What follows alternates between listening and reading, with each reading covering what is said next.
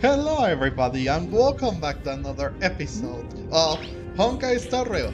Alright, we have explored what's most of Styxia. I have made it up until the final place where we are about to resurrect the dragon that is not allowing the people to reach the netherealm. So it seems that they are trying, or they gave us some pieces that we could use for alchemical purposes, which will allow us to bring the dragon back. So how about we begin? I also have finished to raise and build Castorice and the Trailblazer too, which is good. I can finally use them. You can see these are my stats with her light cone. These are my stats here too with the Trailblazer. And not too bad. I wish I could raise more the light cone, but I only have up until here. I used everything on other stuff. Well, I guess I could use that. Okay, yeah. Let's use that. I thought it was... I didn't have enough. Not that many, not that many.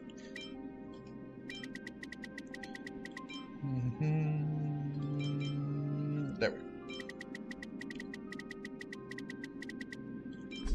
There. Just to raise me up just a notch, just enough so I can have at least this much of health.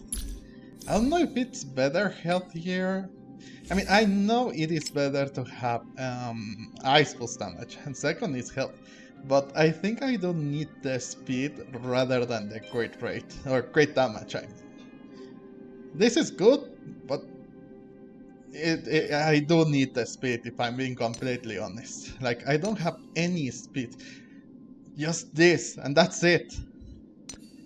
I also got just a little bit of this, but it's not much. And I barely have something here too, which is annoying. So, yeah, my build here for the Trailblazer is not that good. But I think I can make this work. Plus, I have other characters that do have a better understanding of this. So, let's begin, shall we? Yes, that's the dragon that you're reviving. I'm pretty sure that this is the one.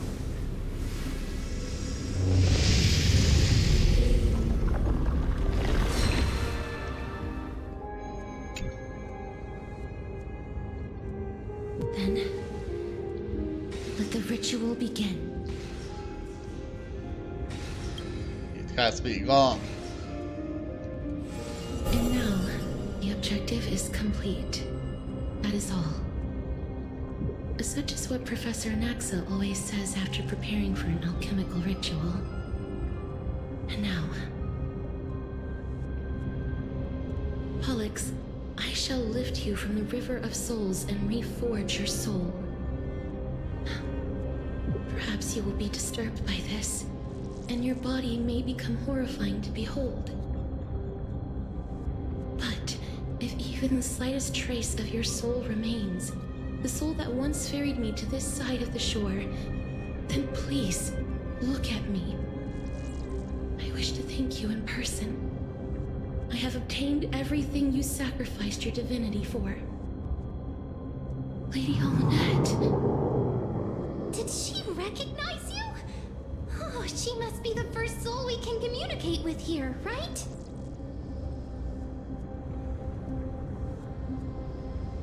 I'm afraid she is just another spirit trapped here, like the rest of them. The only difference is that I was there when she died.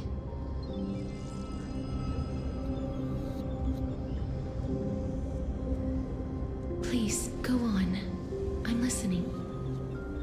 Are you about to tell the story of Styxia? Yes. You're just as smart as I imagined, but Imagined or remember? never mind. Now's not the time. There's no need to worry, Elder. Take a look around you. You're already at the resting place of the dead.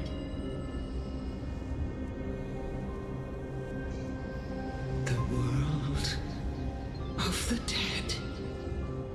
But how? I understand that you chose to remain silent about the story to protect Castorice, the girl who coexists with death.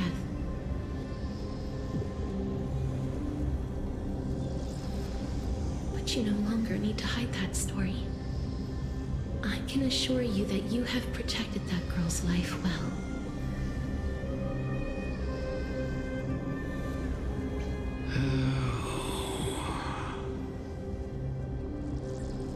Well, in that case, let me begin.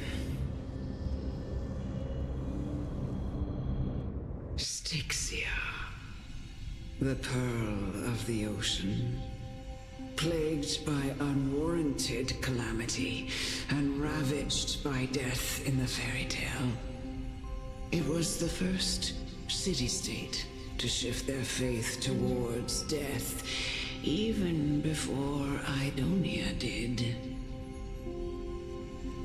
From where you stand now, I suppose that's a bit hard to believe.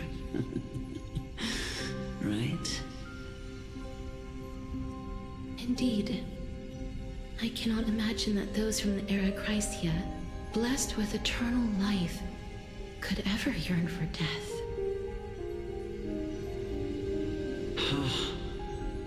I have pondered the same question, child. But I am afraid there is no clear answer to it. Journeys and epics are only glorious and magnificent because all things eventually fade to dust. That's how someone once explained to me why death is necessary to the world. But I still can't take that as the final answer. Would a world without journeys and epics be worse off?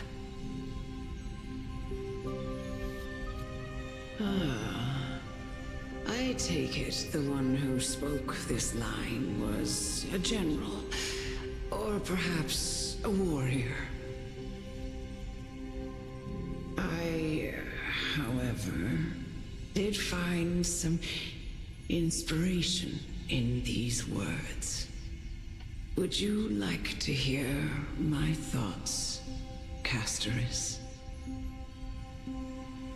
Please enlighten me, Lady Amonette.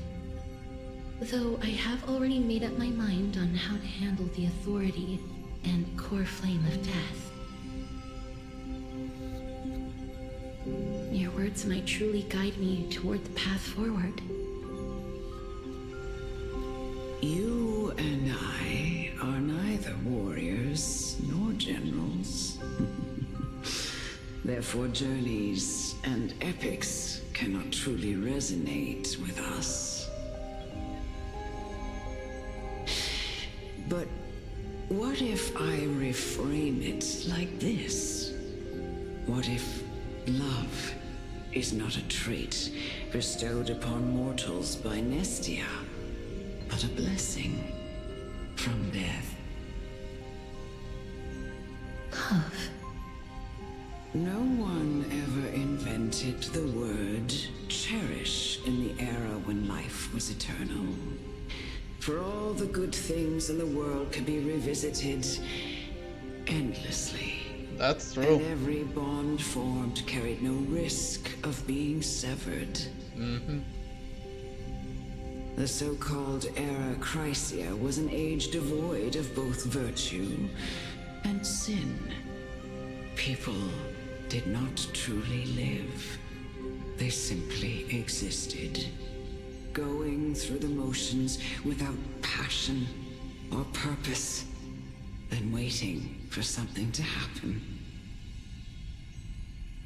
Perhaps the people of Styxia chose to embrace death not out of fascination with its cruel and fearsome side, but instead became fixated and obsessed with the impulses and desires tied to a finite existence. Therefore, death is not a thing of fear and desperation, but... That's right, Castorice. It is the reason we shed tears when parting ways, and also the original spark that ignited the passion of mortals. If you truly intend to deprive the world of death, then be prepared to witness it return to a state of stagnation. I understand, Lady Amunet. Our limited lifespan shapes all that we know and love. Not even the Death Titan has the right to take that away from humankind again.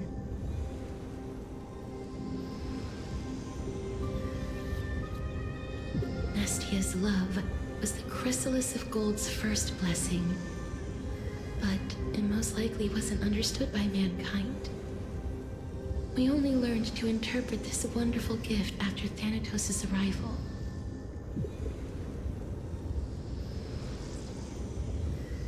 If the world was bereft of death, then the Queen of Styxia wouldn't have played midwife in delivering me into this world.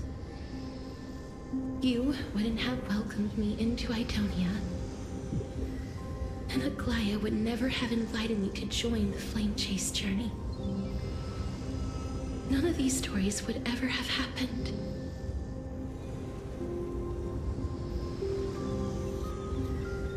And I would never have lived, let alone found happiness. Thank you, Mother. I will use all the love I've experienced in this long life to complete the final miracle.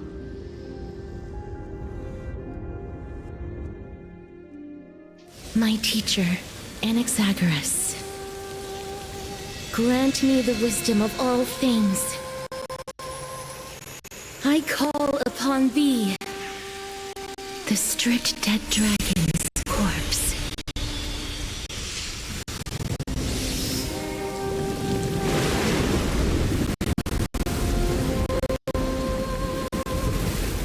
Rises from the earth, falls from the sky.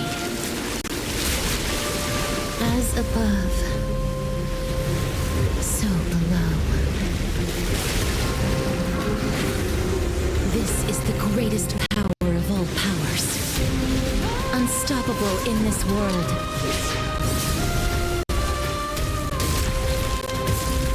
The great work that commands all death.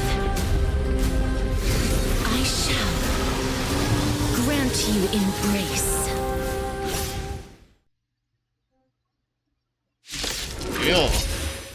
Why is it so ugly? It's nothing like the freaking dragon that she has.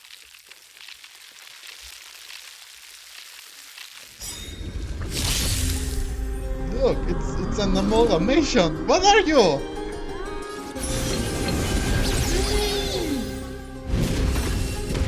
That hurts a bit. What? I got implanted with that? When an ally target's HP is reduced, accumulates desperate bubbles. Upon reaching the limit, remove damage mitigation and enter the enhanced state.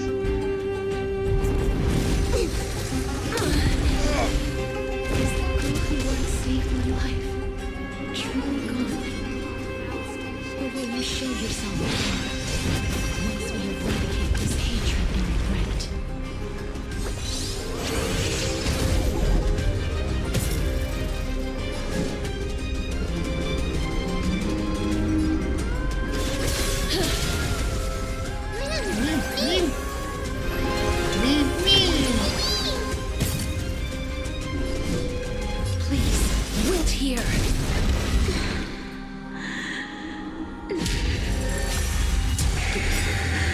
I know you're anxious. Shh.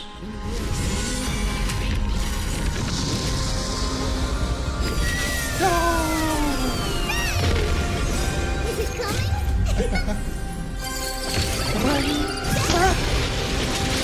Up and away and away we go!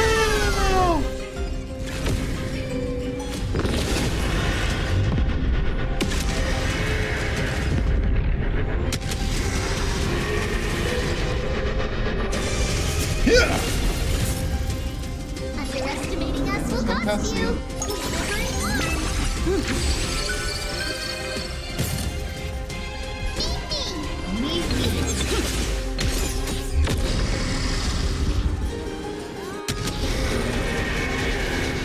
Not yet. Allow me. Time to cleanse the filth. Would you agree? The Truth burns clear as a flame. Everything in this world is nearly clear.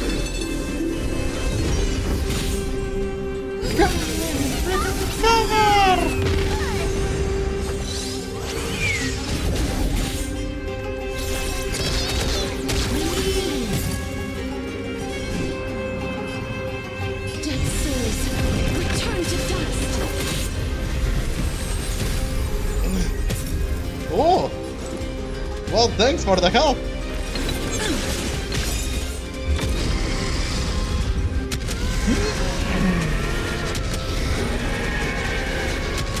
No! Stop! Why are you wasting that? I only wish that death may protect us. La muerte! There's no more need to weep in grief. I will grant you peace.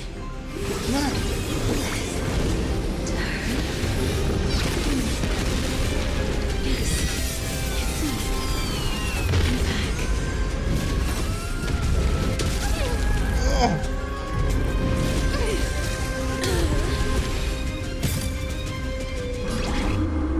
Oh, this is... Both body and mind must be pure.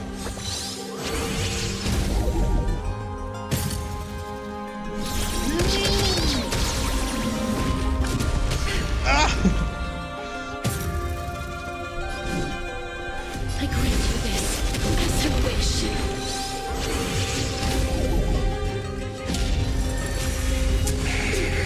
Oh, not again! They may be moving by instinct, but there is fear going within them.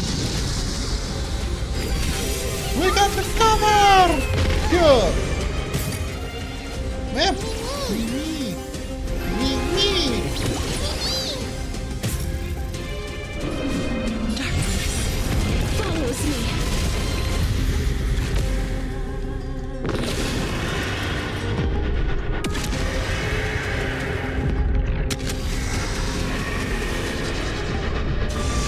Stop!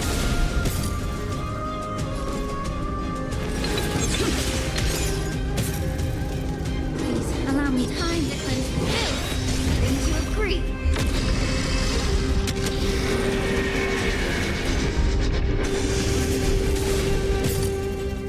What can I do? Is it coming? Coming? Ready? Set! Up and away we go!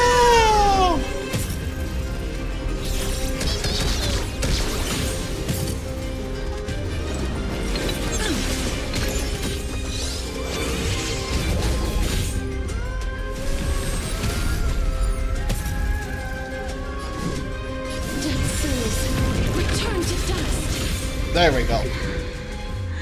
Please, don't turn back to Oh! netherealm.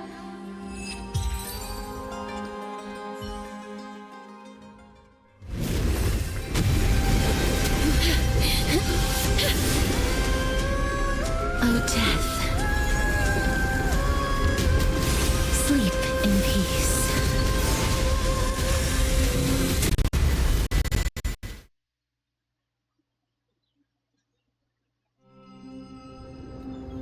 She could have said rest in peace.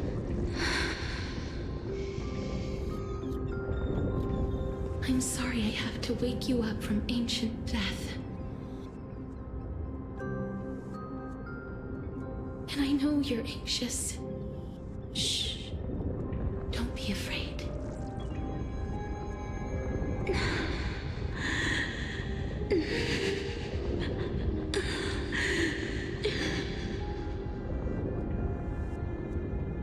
Do you remember me?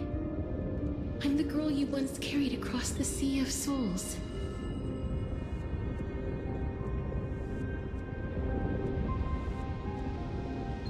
I'm sorry I wasn't able to remember you, but with the help of many people, I was finally able to pick up these broken fragments of my past.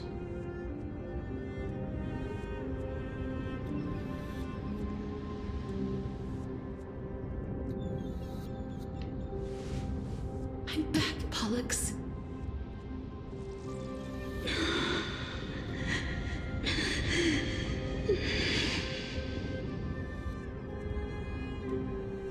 I know this might not be what you wanted.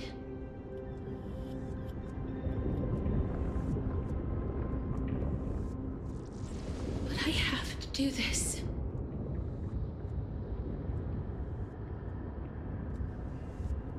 So please, carry me across the Sea of Souls again and return me to the Netherrealm, just like you did in the past.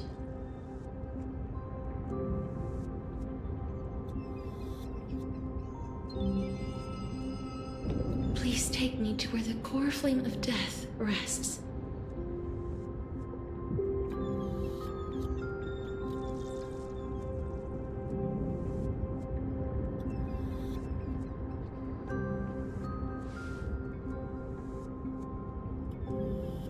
I'll be going now.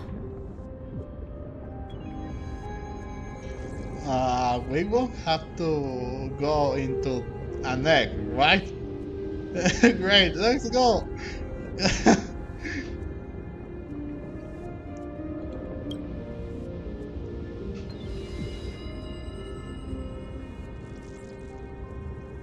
They may look scary, but as long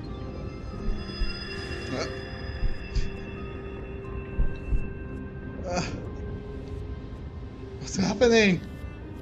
What's happening? What's wrong?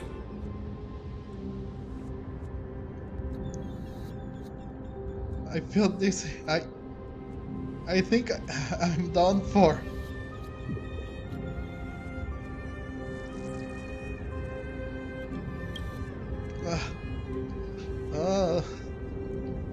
are you...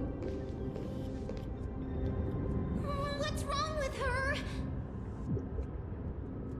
Her time is almost up. If I don't go now, I'm afraid her soul will return to Thanatos' embrace before me.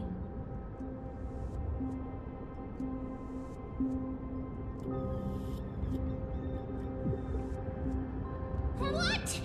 Oh no! Is there anything we can do? Don't worry. I promised I would ask Thanatos for the Trailblazers' right to roam the Earth again.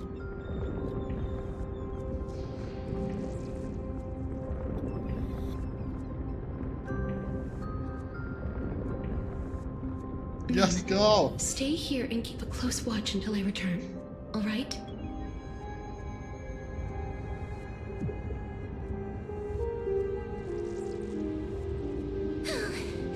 All right. I'm the best at taking care of others. Go on, Cass. Make sure not to leave yourself with any regrets.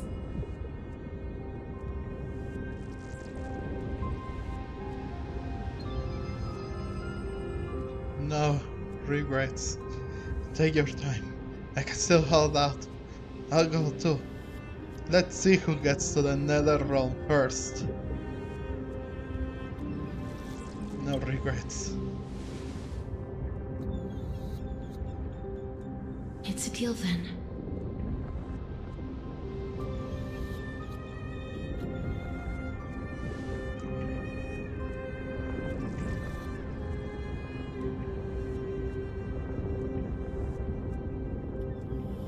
Please.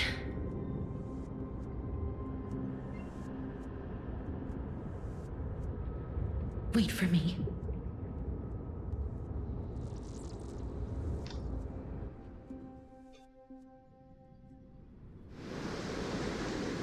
Again.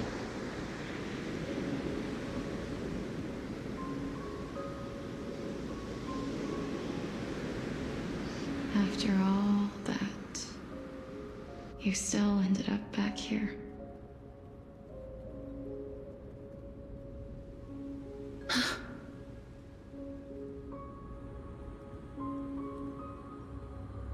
So the legends were true.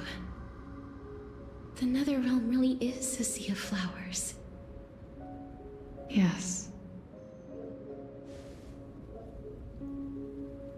Just like the flower fields we tended to back then. Is that you, Polyxia? Do you remember me? I don't have the memories from that time, but I've seen you before during an experiment.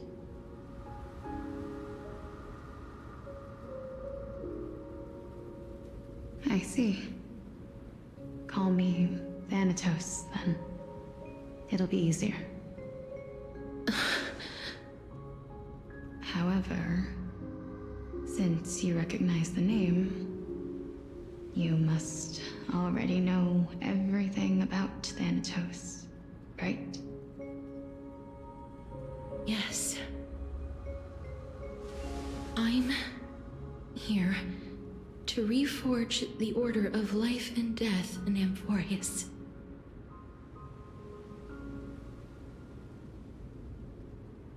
You know, my sister was a sympathetic, but rather sensitive person.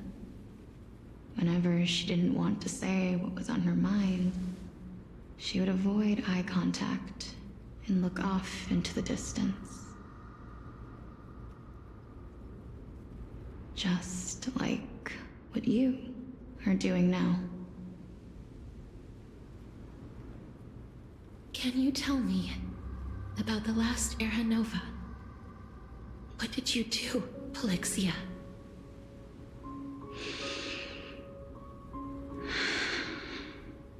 Where should I begin? I suppose we can start from the beginning. A long, long time ago, there were a pair of like-minded twins.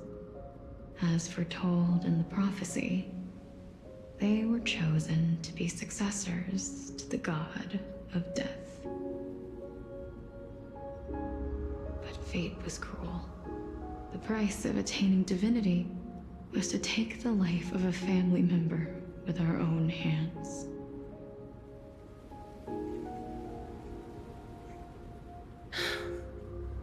That trial was indeed recorded in that memory. Then you should already know that my sister voluntarily gave up her own life, so that I could ascend as the demigod of death.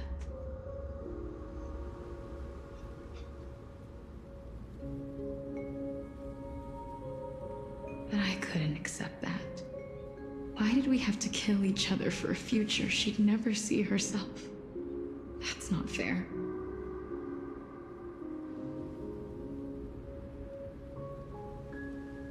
So, while weaving the laws of the new world, I shattered the forbidden bottom line for life and death.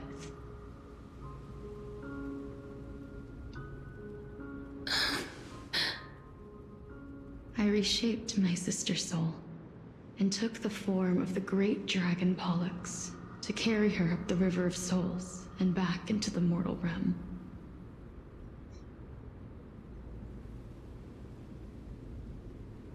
But our fates were already decided, and manifested in unexpected ways in response to my futile actions.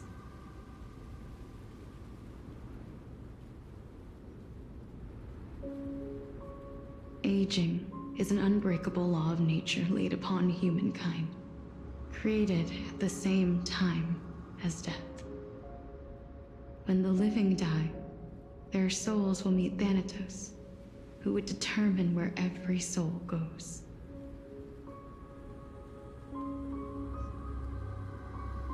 If the Reaper raises their left hand, the soul is granted death and allowed to enter the netherealm to await reincarnation. If they raise their right hand, the soul is rejected by the netherealm and returned to the mortal realm to continue walking the earth.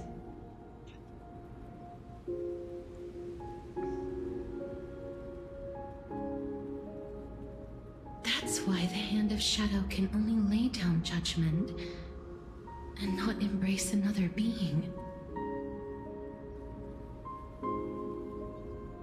Yes. Death was originally a pair of hands, but they were split in twain when we reached the mortal realm, never to touch each other ever again. The half of Thanatos that represents life, the undying human who grants death, that was the curse I forced upon you. Then, what about you? As the half of Thanatos representing death, I shoulder the fate of defying death. I died the moment I entered the world of the living. From then on, my Titan also no longer existed in this world. The cycle of life and death stopped. Souls were denied their audience with death, and were left stranded within an ever-rising river of the dead. What irony.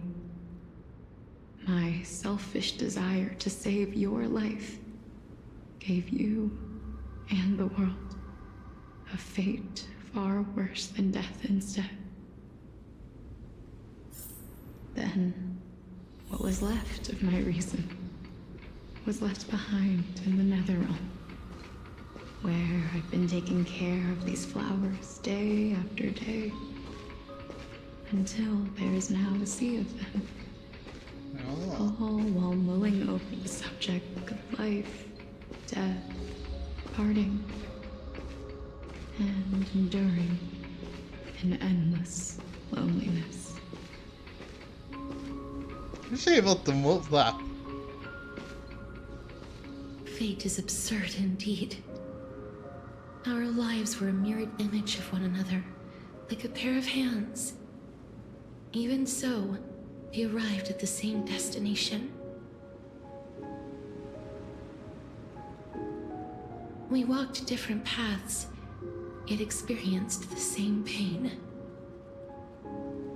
I had hoped that maybe you would at least have a good life in this cycle. I'm sorry. I lived my life well. It didn't go to waste. As far as I'm concerned, you did nothing wrong. Even though I forced the authority of granting death to humanity upon you, a total stranger. Too many responsibilities were forced upon me in the course of this long journey. I was once lost, even upset. But I realized recently that if it weren't for your blessing, I wouldn't have understood the source of these emotions, nor would I have realized my purpose.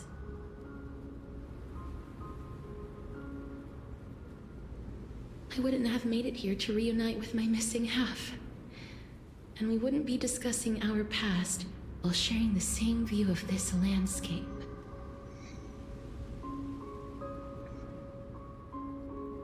I wouldn't have understood the meaning of our existence. The meaning of our existence. This sea of flowers blooms on dead land, because we sowed it with the seeds of our separation and watered it with our tears of loneliness. Yes, the only thing death is allowed to create are flowers that bloom from blood and tears. That's why Thanatos cannot create living beings at will. Nor can the Hand of Shadow determine a person's remaining days. Because the life and death of mortals should never be dictated by another's will. Are you saying there's no point in Thanatos' existence? No. No single being can bear the scales of life and death on their own. Not even a god. Life and death weigh equally heavy. We both know that now, don't we? You, too, must have had a difficult life. We've taken quite a ridiculous journey together, haven't we? I had a feeling, even back then, that we would meet again one day. Not to embrace one another after a long separation, but to come in search of retribution. Tell me the answer that's already been written, and let us draw this seemingly endless fate to a close. It's been far too long. I've waited here for centuries, watching day after day as desperate spirits are denied by this lonely wasteland. I always hoped I would see you among them, but I was also afraid of seeing you. I didn't know how I could possibly face you again, but more than anything, I was afraid that you might have forgotten all about me. I know. But don't you see, Polyxia? I made it back anyway.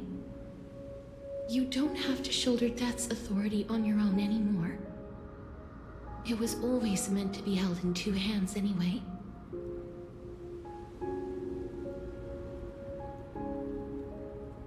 So, let's give our core flame to her, and have her take it back to the mortal realm.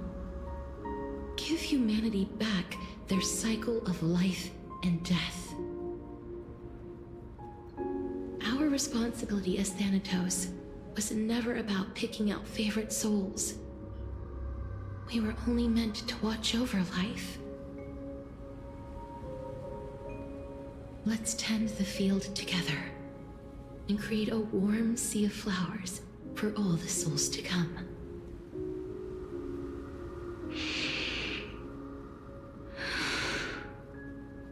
What do you think, Polyxia?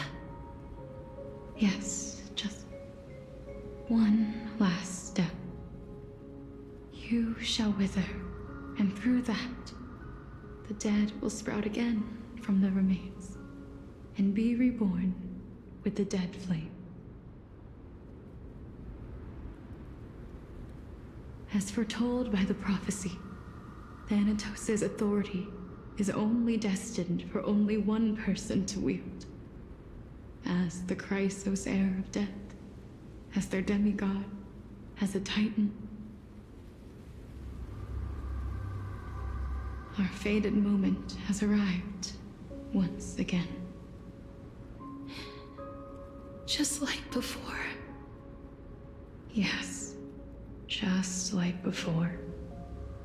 But unlike that time, the ones undergoing the trial this time are prepared. You've made up your mind? Yes, as dictated by fate. But I won't be afraid, as long as you're here with me. Complete your trial in this life. Grant me the embrace of death, and light the spark of life ablaze. been tempered by life and death. I know you'll be able to give this wasteland its first breath of life.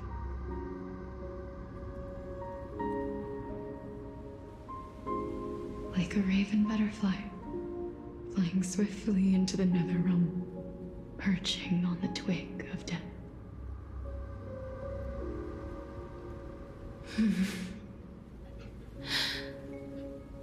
I will.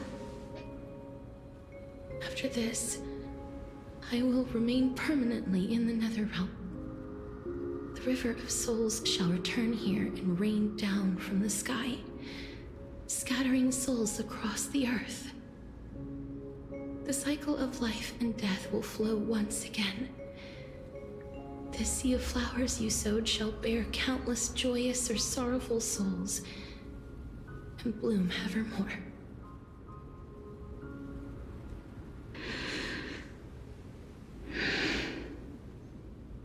Thank you. Just one last thing. Can you grant me one wish? Of course. What is it? Please, don't forget me. I promise you. When we meet in the next world, even if I have endured another reincarnation, even if we do not know each other's names,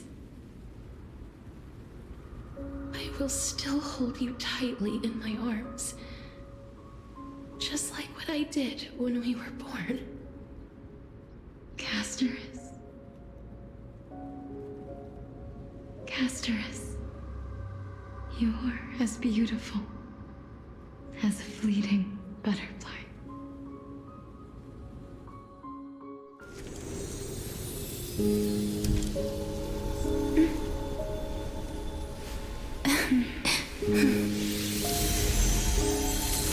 I will bring rest to death.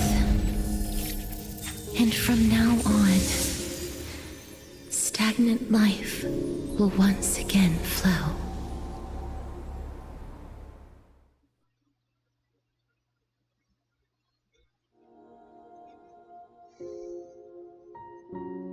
And it is so hateful when twins are, like, being apart from each other. It's hateful, you know.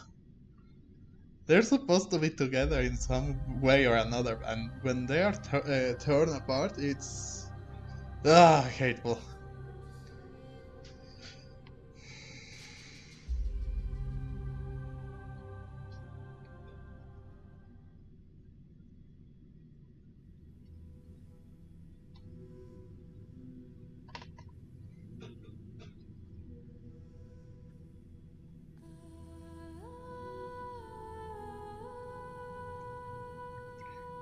I would have liked seeing Castorice and Dunham talk about death, you know?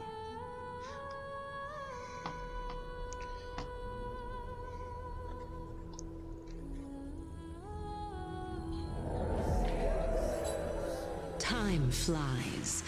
In the blink of an eye, the 15th entry hour is already at hand. When this farce is over, your soul will be placed on the scales of life and death. Are you ready? No need to ask so many times. Huh. Of course I am. Then why do you drag your feet? Is your fear of crowds holding you back again? What? He's like... He has fear of crowds? I simply find them too noisy. Paying attention to conceited fools like them would be an utter waste of my time. Yeah, but here you are. Here you are, bro. Such harsh words. As I see it, you are no less arrogant than they are. I couldn't agree more. Huh. Oh. I did not expect to hear that from you. Are you not not going to refute me. I know myself better than you think I do. At the very least, better than a stowaway like you.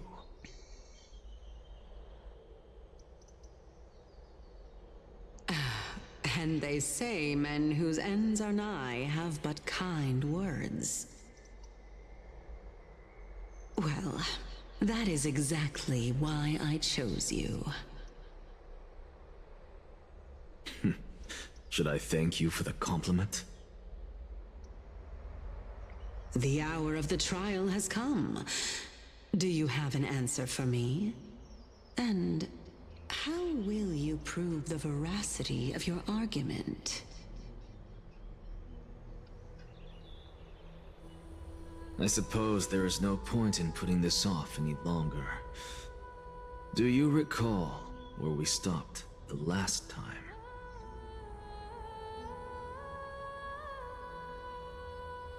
You were saying that Amphorius's history is cyclical.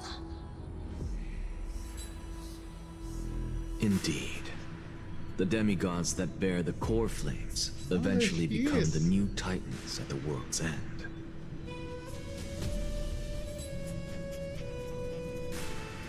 Remember what happened on the Holy Mountain? Calypso, Naias. As their destined ends approached, one by one, they left this world, leaving only the twins, who are fated to succeed death.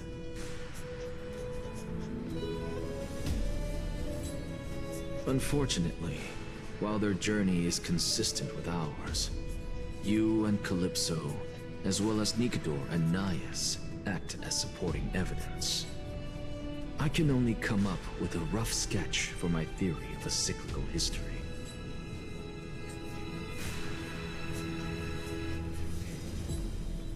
For all the pains I took to reach this point, I had already lost hope of ever obtaining definitive proof. After all, the past is in the past. Proving that we are the legacies of heroes of the past is a hopeless endeavor.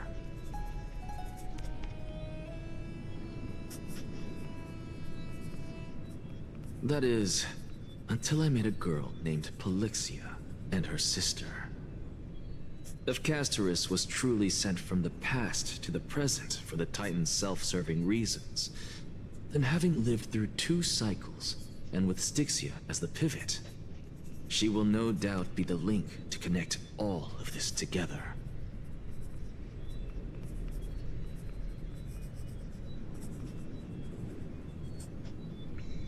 If the Twins of Death can bridge 2 cycles to reunite at the shores of the Sea of Souls, then my hypothesis will no longer be just a hypothesis. And you too will get the answer to your question.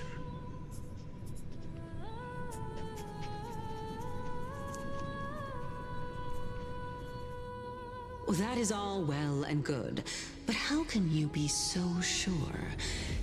If there is even the slightest error in your hypothesis, the girl will be shattered.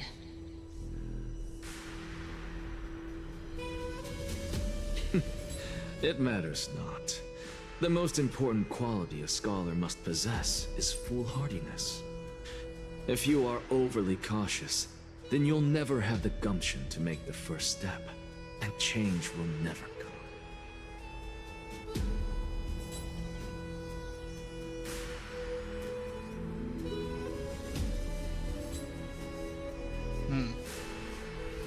Besides, I and Exagoras am destined to overturn this farcical world. Come, let us go and teach those pathetic worms one final lesson.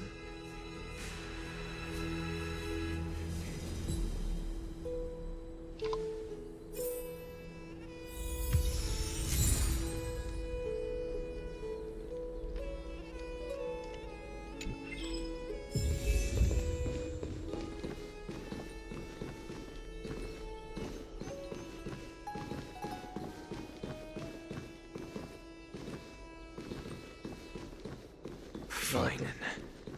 So they are leaving the... Let those Chrysos heirs who started this terrible war hear you. Let them hear the voices of the people!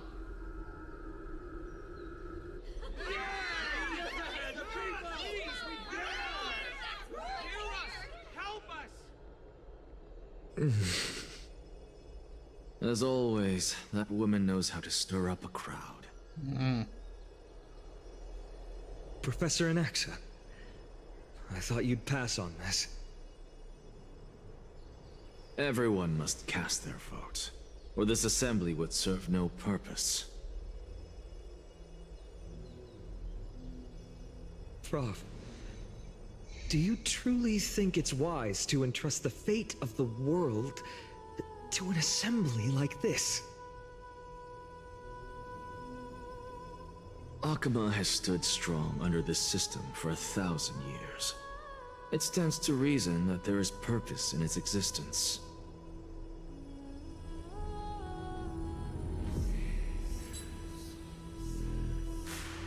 But that is not what you're asking, is it? What you really want to know is Aglaya making the right decision in entrusting the fate of the world to you?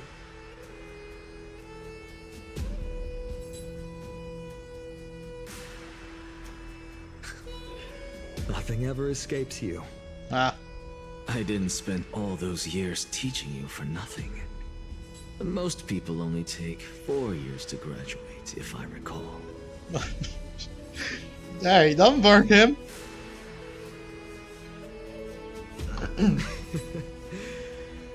To tell the truth, I feel like I'm on my way to an execution chamber instead of a podium.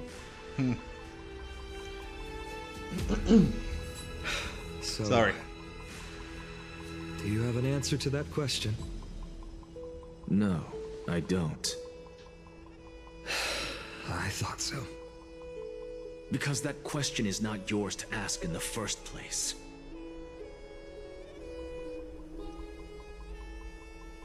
Is Aglaya entrusting the world to you the right decision? Don't make me laugh. That is a question that woman must answer herself.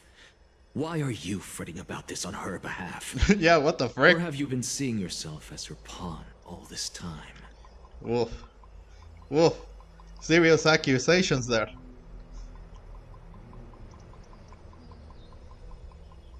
Listen up. I'll say this only once. Flip your perspective around and ask yourself this instead. What should I do to ensure that the world doesn't stray from the correct path? That is what you should be thinking about.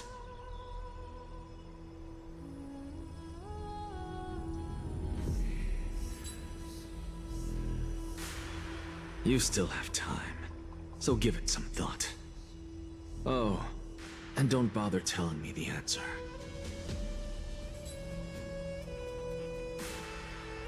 Tell it to those begging for salvation from the gods.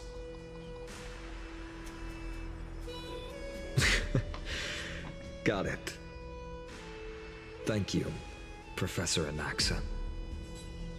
That's Anaxagoras to you. Who will you be voting for?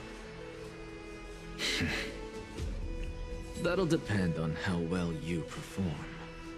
May Circe safeguard your thoughts.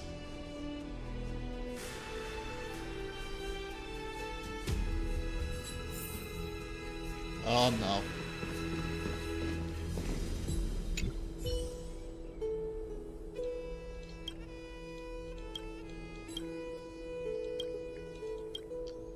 Well, surprisingly enough, it doesn't have Not that. necessarily A voice. find things remaining the way they are, and I'll really save them. Elders and citizens, silence, if you please.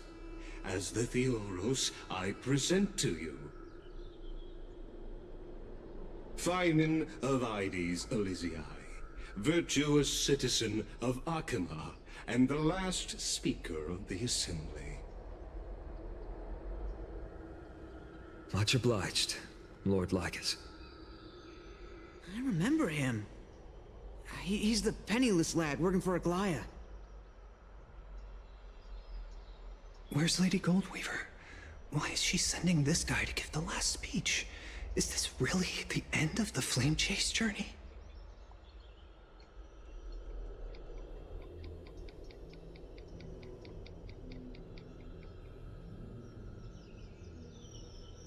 Can this dude really face down kindness? I actually don't necessarily mind things remaining the way they are. Let me skip this. By Kefali above. Dear citizens of Akima, as you look upon me, so too do I see you. I see your fear and misgivings, the apprehension about the discord between the Chrysos heirs and the Council of Elders, and your uneasiness about the future of the Holy City. Yet, before you contemplate something as grand as the fate of the world, I ask that you look closer. Look beyond the horizon illuminated by Kefali, at the crisis threatening to overwhelm us.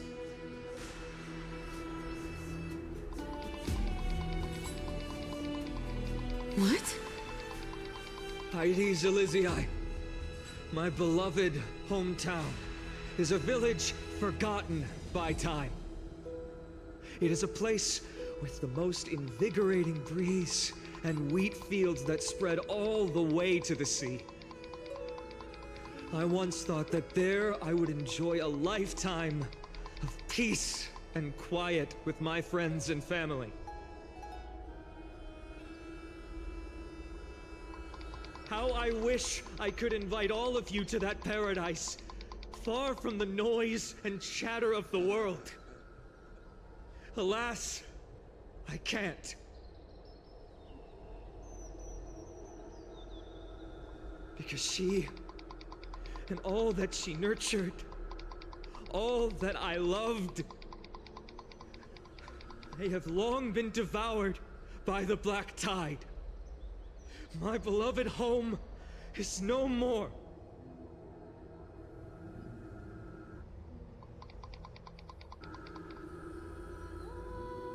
I will never forget the day the black tide struck. My father, Hieronymus, fought with a broken sword to his last breath to protect his child. My mother, Aldada, she was ripped apart by monsters. Also, I might live to stand before you here and now.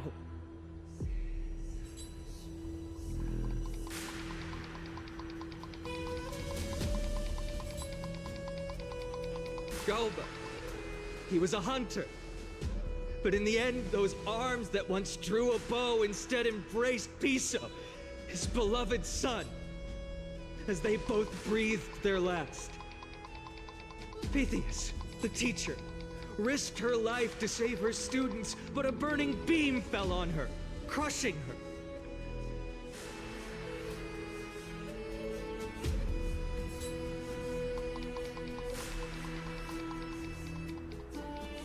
And what of Livia, her daughter? Did she make it out alive? No, she didn't. Livia, Piso, and so many other children. My childhood friends. They were all swallowed by the black tide and turned into monsters. They kept saying the same thing over and over. Even up until the final moment, I finally steeled my heart and granted them eternal peace with my sword.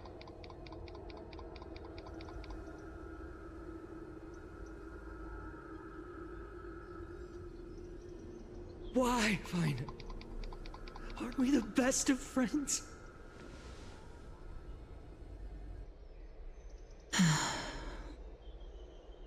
That is the black tide. A looming threat that can bring Akima to its knees any time.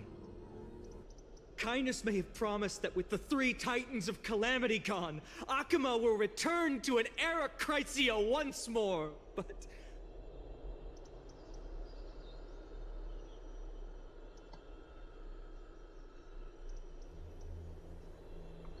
Much as it pains me, I must disappoint you. While the demigod of strife has done everything in his power to hold them back, they are still coming.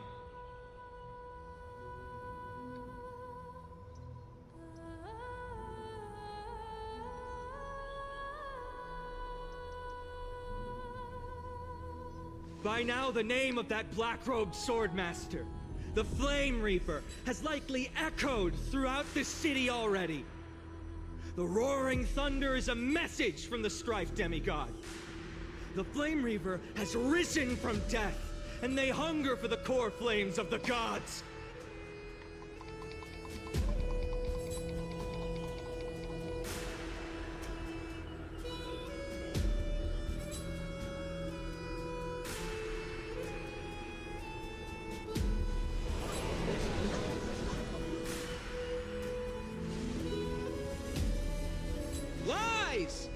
If such a powerful enemy is indeed approaching, why is Akuma still a picture of peace?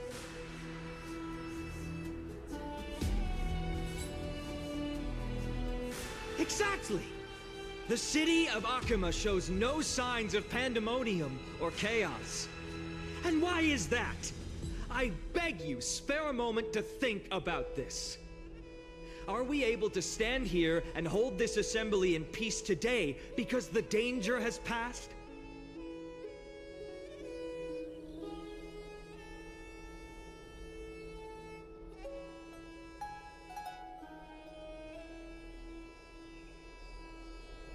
No! This peace we enjoy is no gift of fate. We are able to stand here today only because the Chrysos heirs have stepped up and shielded Akuma from calamity. With her golden threads, Aglaya has preserved and continues to preserve these idyllic days that all of you hold dear.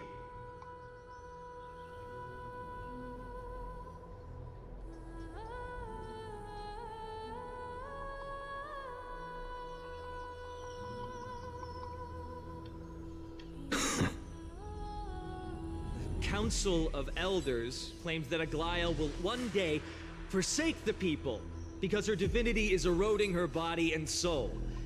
But ask yourselves this. Rather than offering her aid and support, why do they choose to watch and push Akuma away from the flame chase journey?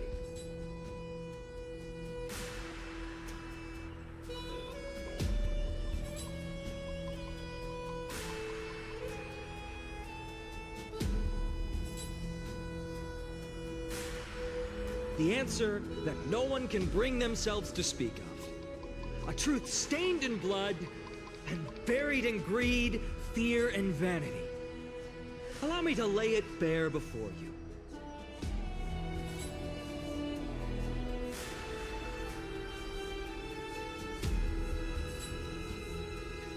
It is because the Council of Elders, which bears Akuma's history and honor, along with this citizens' assembly we once took so much pride in, are now infested with vermin.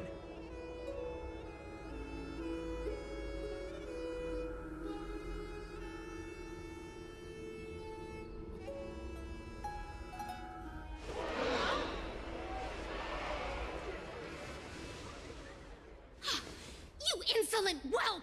How dare you! It is true that Aglaya has reached her limit. Why? Because she has been working tirelessly to weave the defenses of our holy city against the encroaching evil. All while these vermin are making up baseless accusations about her and scheming in the shadows.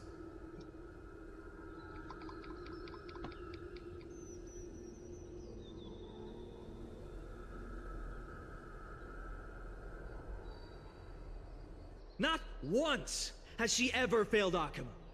Yet these vermin attempt to tear her apart, tarnishing her name with unfounded allegations. She may have been blessed by divinity, but hasn't her heart always stayed true to humanity?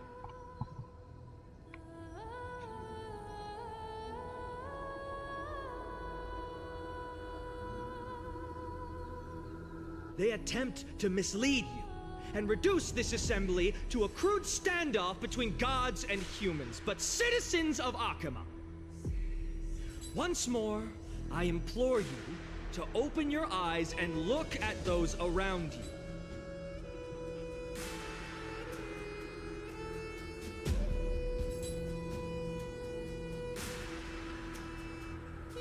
Examine them closely.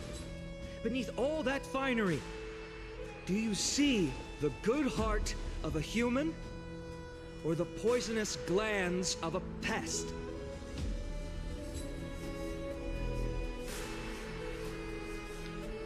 Make your judgment, then turn your gaze to the demigods, whom so many of you regard as cold and merciless.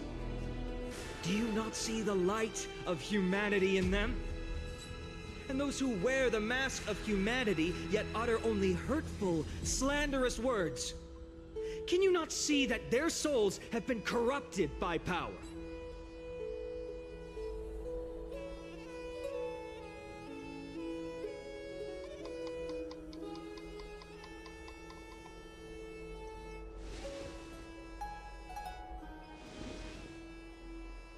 Yet, no matter what your answer is, and no matter who your vote goes to, rest assured that you have nothing to fear.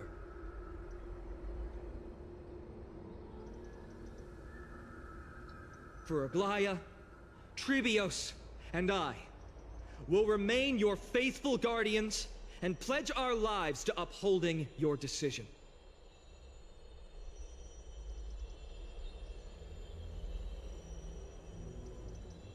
And this vow will stay true until the end of our days, where it will be passed on to future flame chasers.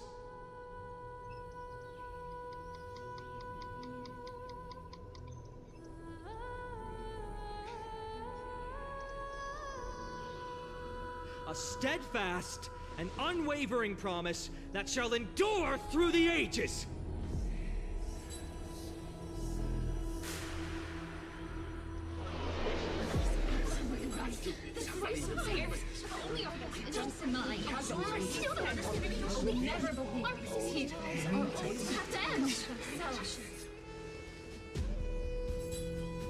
Oh, here we go. In an uproar, representative leaders from different cities in Akima throw pieces of pottery into the dolly. At the present time, on the scales of Talentum, those who call for the continuation of the Flame Chase journey, and those who demand its suspension.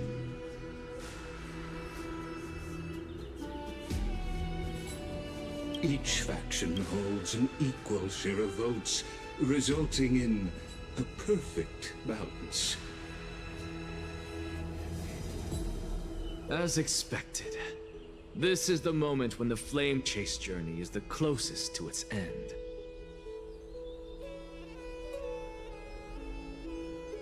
And now, it's your turn to vote, Lord Anaxagoras.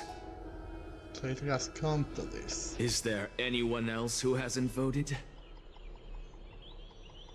No, you're the last. Ah! Cast your vote with care, for your decision will break this impasse. I have long since made a decision. Very well. May you bring much needed change to this farcical world.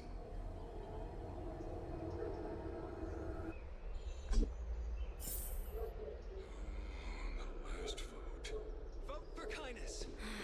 Who will he die? Always the performer. Always a performer.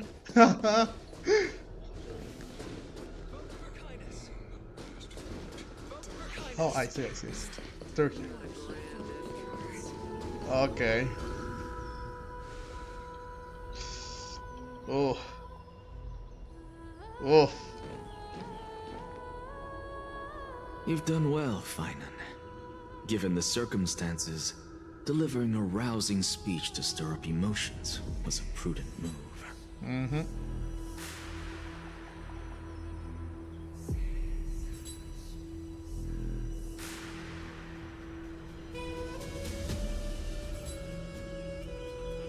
Thank you all for your patience. On behalf of the 7 sages of the Grove of Epiphany and the scholars of Amphorius, I, Anaxagoras, am ready to cast my vote.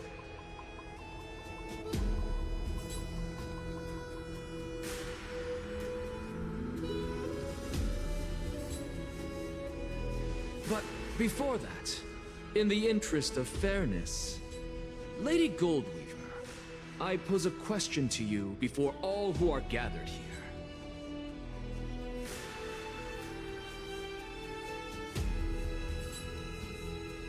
Will you, as Finan has promised, stand by the decision made in the Assembly, regardless of outcome?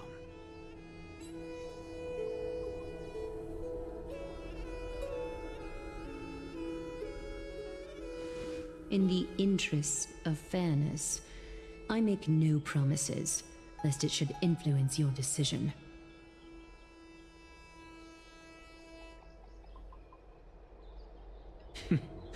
Very well. I thank you for your honesty.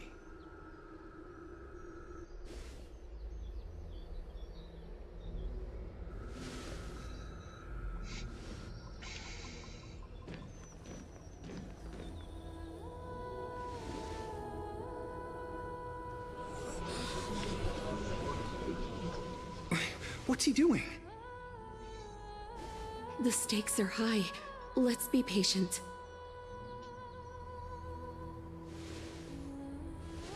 Cut the act! Who do you think you are wasting our time like this?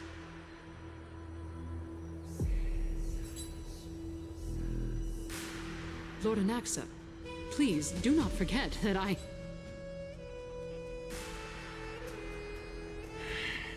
Rule number 1, do not call me Anaxa. Rule number 2, never interrupt me. Silence is golden. Oh. Oh.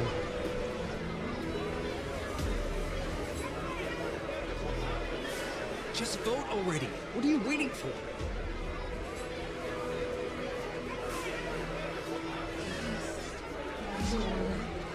Vote.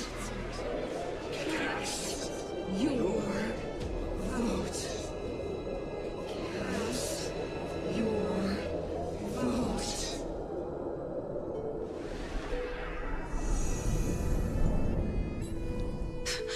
I cannot help but wonder, is every hardship in the world something you will exploit and use to your advantage?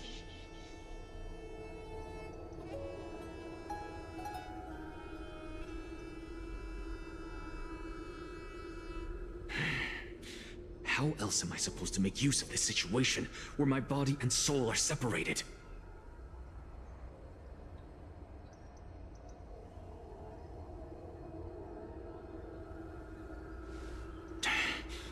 Oh, Circes. Or should I say Calypso? Accompany me on this final journey.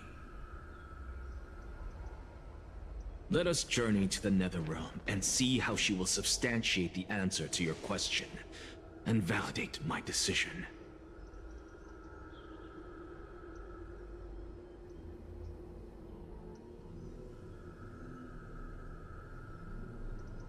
We need only to follow the sound of the tides.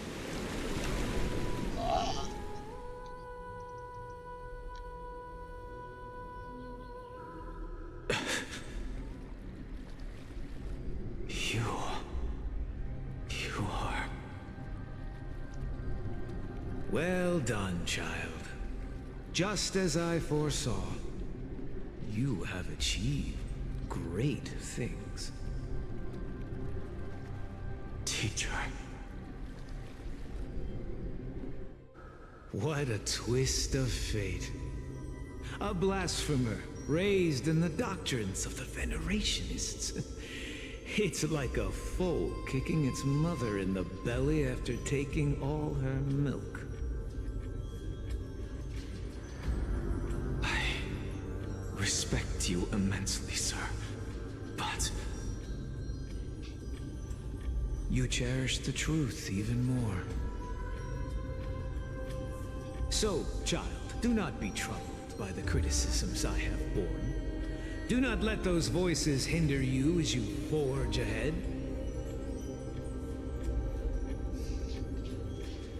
As the sage of the Venerationists, I am duty-bound to oppose you. But, as your friend and mentor, Anaxagoras, I say, go forth, for the truth is already in your hands. I will keep that in mind. Go now, child. Your lonely pursuit is about to welcome a new chapter. And when you reach the end of this journey, may we meet again with the truth before us. You have my word, sir. May Circes safeguard your thoughts. May Circe safeguard your thoughts.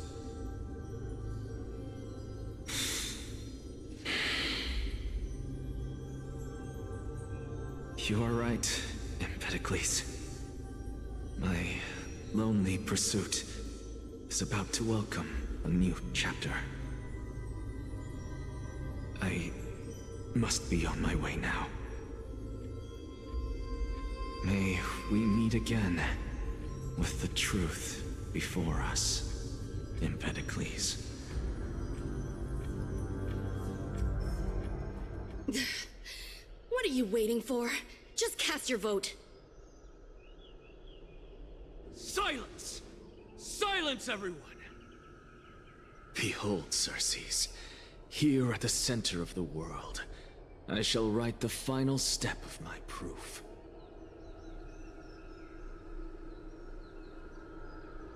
For this place is but one step away from the truth.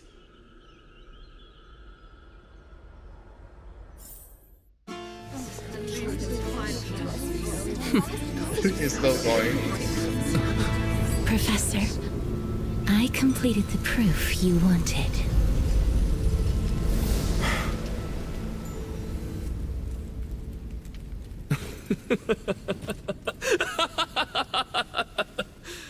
Thank you, Castorice. The answer is plain as day.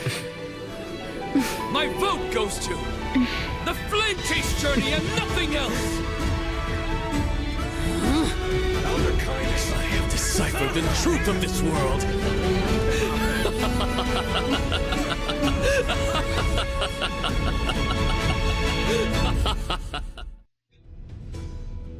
With the balance shattered, the result is clear. Buy carefully and to Lenten above, as the Theoros I have observed.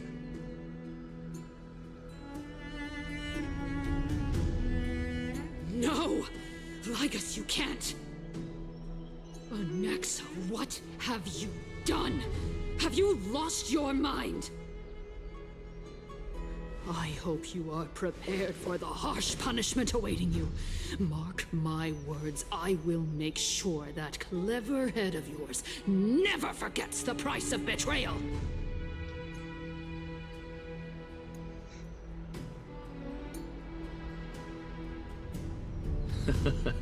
Have you forgotten? I told you that happens to be one of my rare talents. You put on such a grand performance, just to aid their preposterous flame chase journey? Performance? No, you are quite mistaken. I may be paranoid by nature, but I've always been known for my honesty. Ah. If you really understood me, Lady Kindness, you'd realize that I never had any interest in your pathetic little game of politics. Factions, standpoints, they are jokes in my eyes. I have never once switched sides.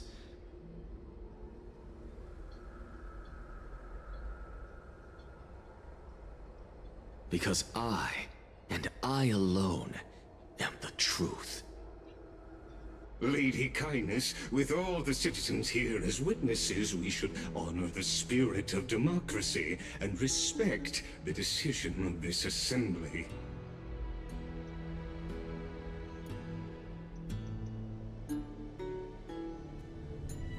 I have observed that Akama has chosen her destiny. This Citizens' Assembly has resolved to continue the Flame Chase journey. This resolution shall be put up on the Wall of Heroes, such that all citizens are aware of the city's way forward.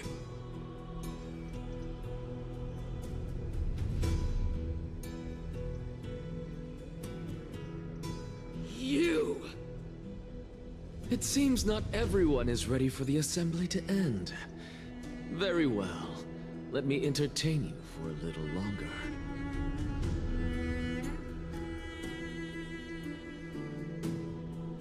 By your leave, Lord Lycus. Interesting. Elders and citizens, your attention, please. Stay for a moment more, if you will.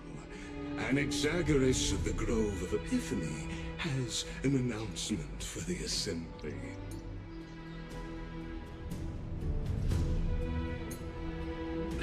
What is this performer up to now? So apropos.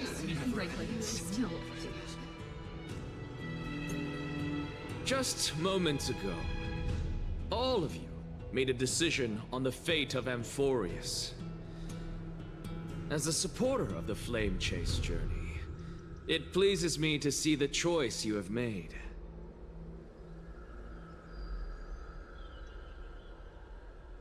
But I regret to say that I still harbor doubts about this outcome.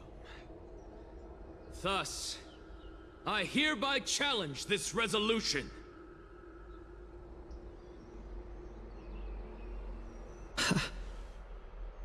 Tell me, who among you dare swear to Kefali's name that Era Nova will truly welcome the fairy tale ending that the Chrysos heirs have promised? A beautiful new world free of calamity and madness?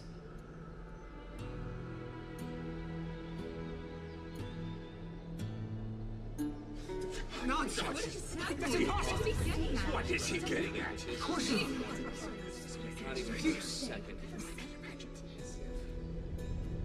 No one? Must I pick somebody to answer? Very well. You, the one acting so wise and profound. In front of all present here, do you dare swear that it will happen for sure?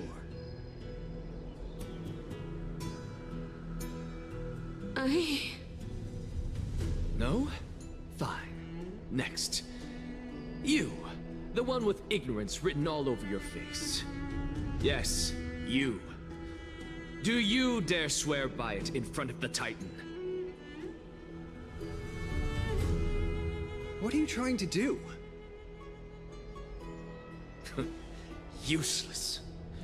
Your turn, then. With that smug look of yours, you must be confident that the Flame Chase journey is the best course to take, right?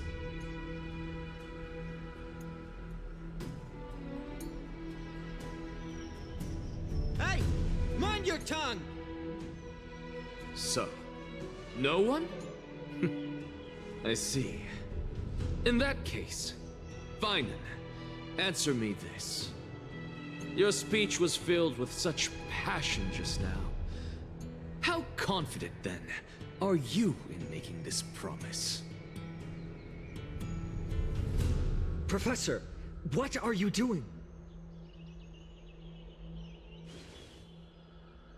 Let him continue with his performance.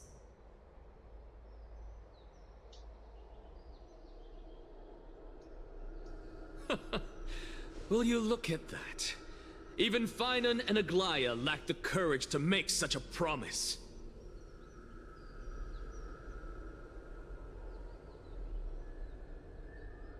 And what's even more absurd is that no one but I can promise you this new world. And yet, the Assembly passed the resolution anyway.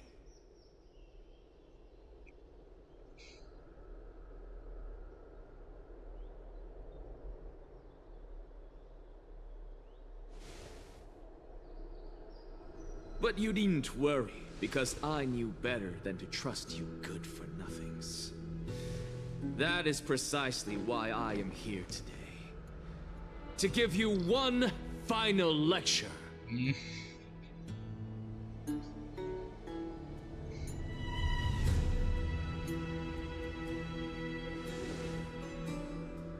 Now listen up and listen well. I, Anaxagoras of the Grove of Epiphany, hereby declare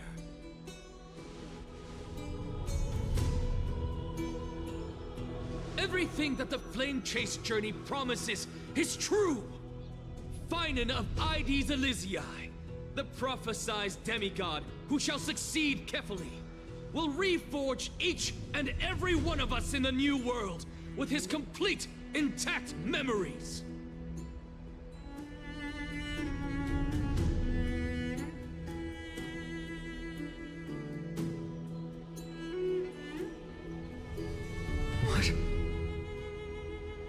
The core flame-bearing titans were the Chrysos heirs of yesterday.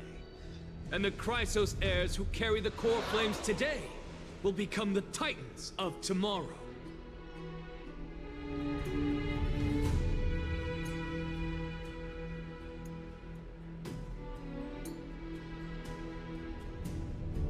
All of our souls shall endure for eternity in the miracle of the world-bearer.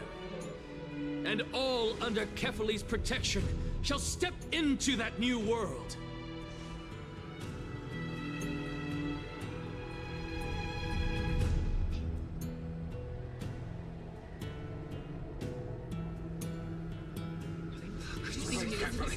This is pure blasphemy! It's impossible. What? Are you saying that we must bow down to you and worship you, even in our next lives? Enough, you blasphemous imbecile! How dare you try to deceive us with all these lies and falsehoods? How can you prove?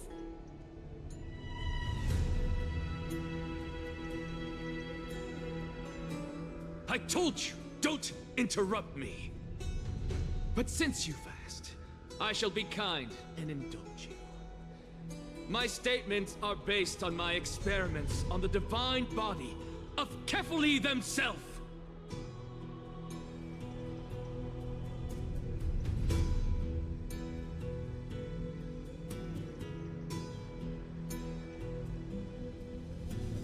You heard me correctly, everyone. With the tacit approval of kindness and the Council of Elders, I fused my soul with a god through alchemy and learned the truth behind Era Nova.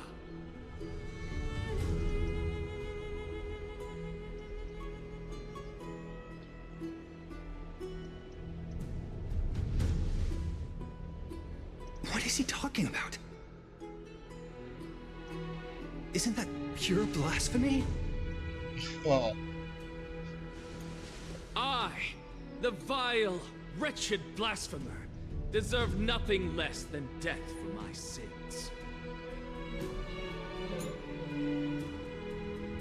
And the Council of Elders, which granted me consent and aided in committing this atrocity, should face punishment alongside me. Oh.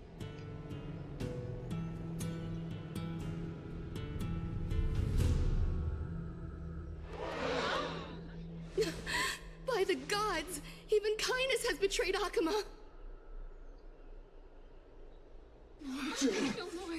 The kindness. We're carefully involved.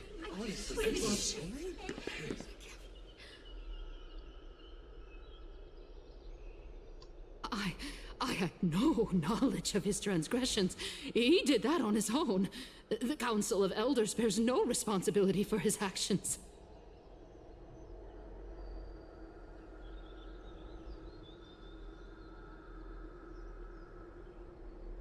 Lord Lygus, as the esteemed Theoros, are you going to simply stand by and allow the Council of Elders to be dragged through the mud?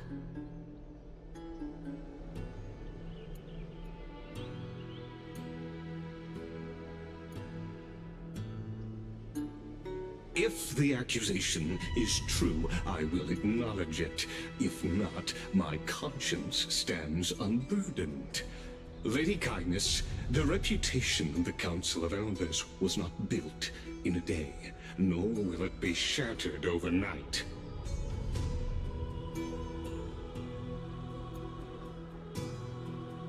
Repercussions await those who fool the people, and punishment must be meted out on those who abandon their vows.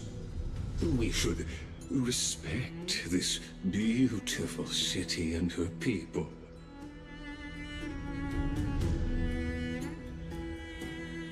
You... Oh. Lady Aglaya, the Gold Weaver, I humbly ask that you take on the responsibility of overseeing this judgment in the name of the fairness of Talantin and the justice of Kefali.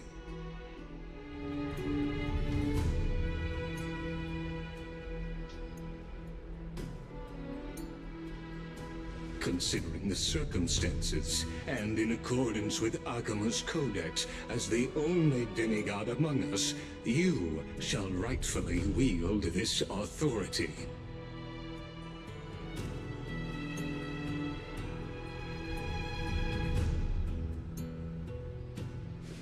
The honor is mine to bear. How is this permitted? They can't let this happen. Somebody do something. This is how we're supposed to go. Elders and citizens, silence, if you please. Anaxagoras of the Grove of Epiphany has made his statement clear. As per Akuma's codex, I request all present citizens to stand with me in exercising the right of judgment.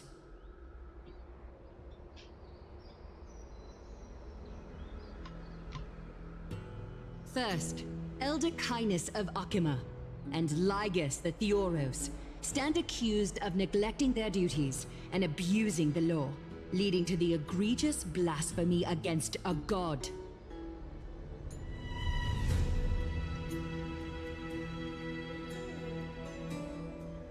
In the names of Talantin and Kefali, Akuma is to form a committee before the 7th action hour to conduct an investigation and disclose the findings to the public for subsequent judgment.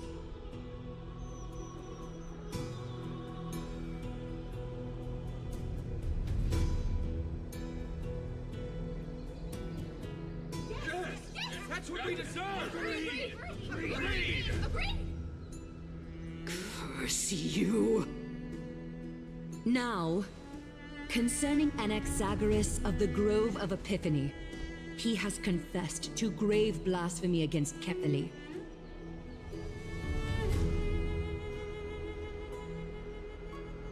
In the names of Talantin and Kefali, the accused must be allowed to hear the people's voice prior to the execution, for a chance at a reduced sentence and possible pardon.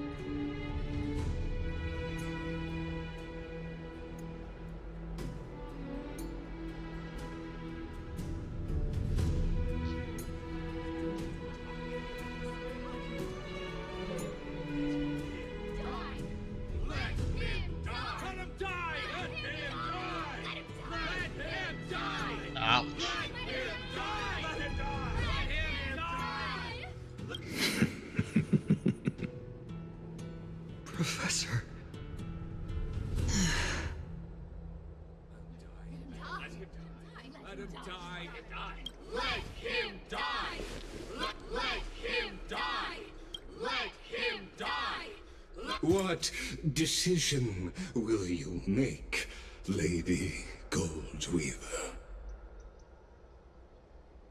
Enough with the hesitation, Aglaya. This is not like you.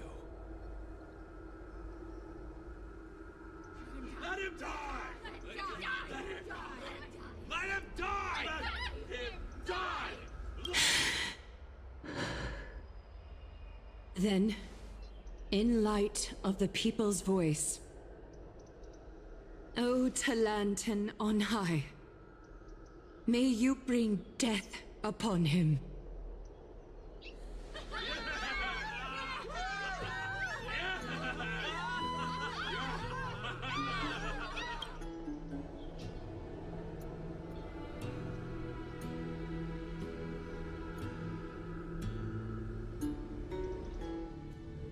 Oh, finally! After all this time!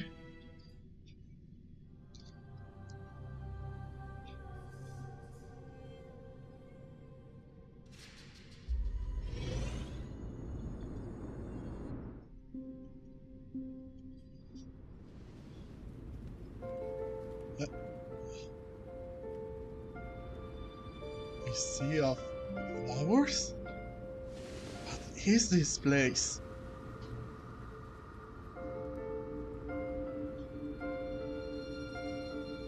Allow me to reintroduce myself. I bore the name of Castorice while walking among the mortals. And now, I stand as the demigod of death, the living side of Thanatos. Welcome to my realm, where the west wind ends.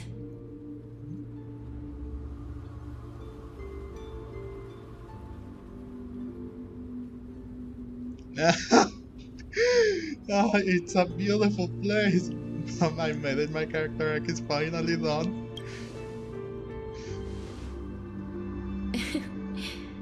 Every departed soul who has arrived here has expressed the same.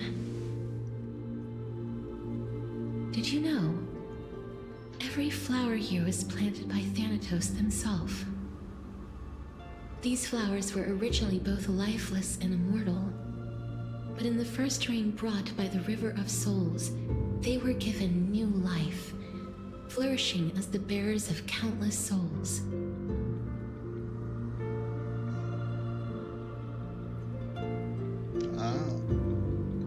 And it is my duty as the Master of Death to tend to their well-being and foster their growth in this serene haven.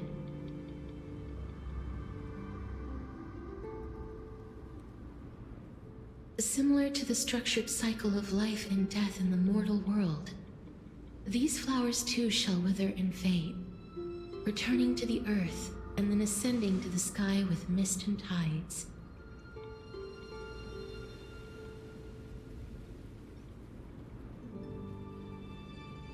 Eventually, they will descend to the mortal land as gentle rain.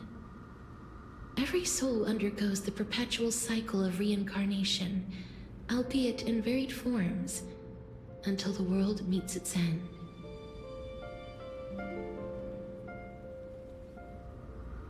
Yet, sadly, there's no time left for Emphorius to wait for when the flowers bloom again.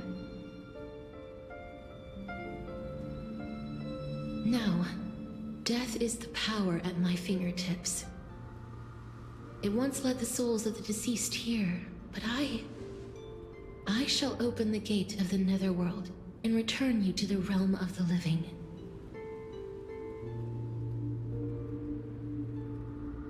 In exchange, please take the core flame of death with you and complete the flame chase journey. Do not let our work thus far be in vain.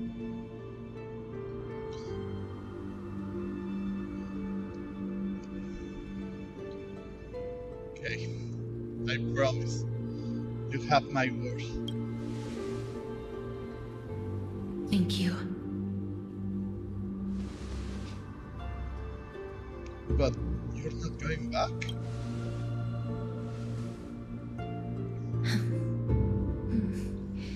Just like the other demigods, I will stay here and embrace my destiny. That being said, it is not easy to guide a lost soul back to the mortal realm. The whispers of death are sweet and alluring. If your determination wavers, you will succumb and be forever ensnared by the netherworld's grasp.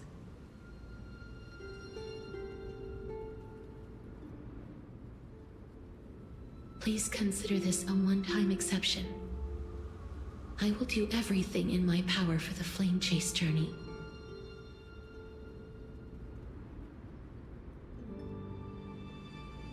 And for your life, the only life I can save. I'll do my best. And I will do what I must. I am glad to hear that.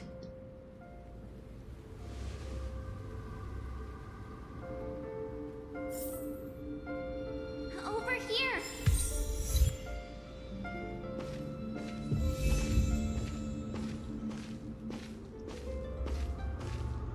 I believe in you.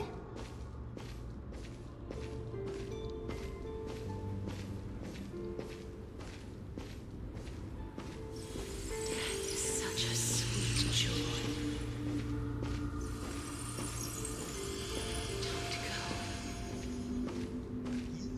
Lift your chin up high. Step forward with us toward tomorrow.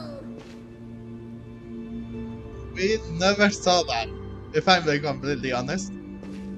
That's right. Keep your eyes on the dawn. I hate that the other characters don't have voices. Show me your courage. Kafka, Firefly, Himeko. We shall become heroes together. That's time with Nika.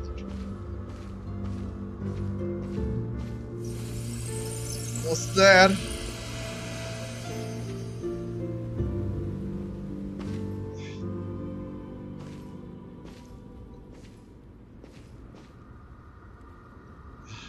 Finally here.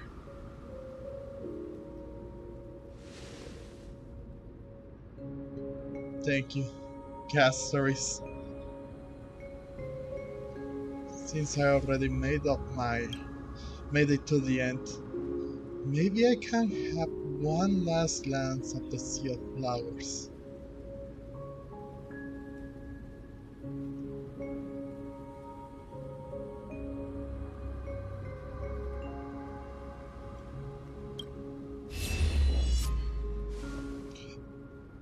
Acheron? Fear not, as a touch of red will be awaiting you at the end of the path.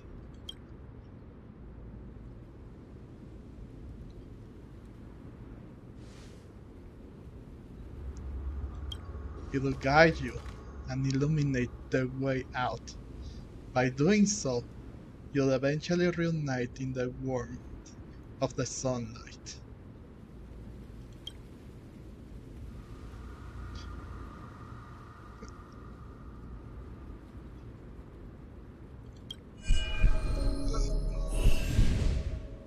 What's this? The words are the shadows and voices. All of this is proof that you once lived. Your soul, your memories, the years you've journeyed through, and the path they revealed, leading you back home. Wait, who is that? So, continue onward. Do not stop moving forward, and do not let her sacrifice and the support of all who have stood by you be in vain. Over here, friend!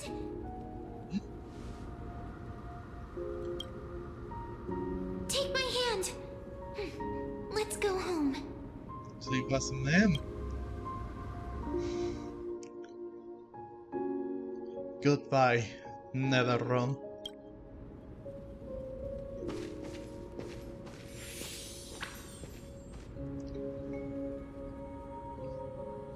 Again with that.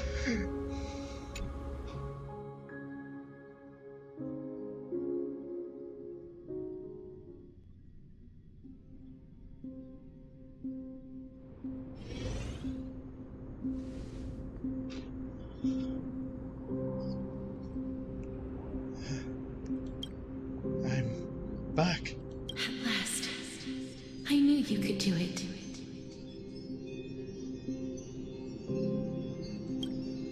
Your soul is still perfectly whole, as if some kind of force is trying its best to keep it together. Yep, that was that girl. Is it Ornyx's final blessing? Or is it a miracle of your own? It's truly incredible. Such a strange surge of familiarity. So hard to describe. Perhaps it is fate, once again fulfilling its own design.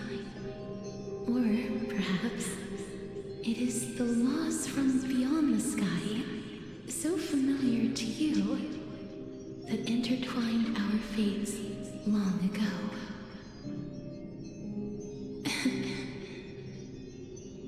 It seems that this is a riddle which cannot be solved anytime soon. The sensation of becoming a demigod is truly wondrous. It's as if the river of souls is winding its way through the depths of my spirit, transforming with each breath into a fine rain that nourishes the world. Do you recall that prophecy? At the end of the sea of flowers, the souls of the living shall warm thy fingertips, and after an embrace, there shall be eternal separation. I promised you that I would do everything in my power to give it another meaning. Now, as I stand as a demigod and destiny draws to a close, I can finally end it in a way that is as beautiful as it deserves. The wish I once sought, but could never grasp, is now within reach. In this brand new world, every blooming life will lift its arms in celebration and recount the profound meaning of this very instant. Every touch, every embrace we share will never again be an ice-cold loss. They will radiate with an intense warmth, sowing love far and wide throughout the land.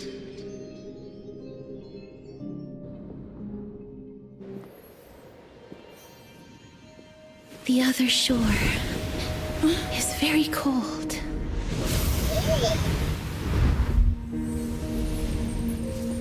May I borrow your warmth one last time? Thank you for fulfilling this wish of mine. The place I'll be going to is what humans call the Land of Sorrows.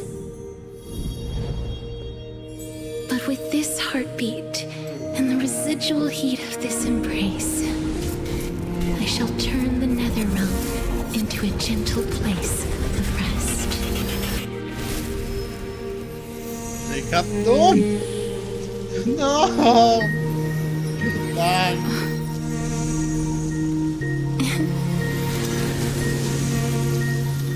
This embrace may be brief, but it's the proof that I once lived. Farewell, then. Bye-bye. May we reunite in the new world.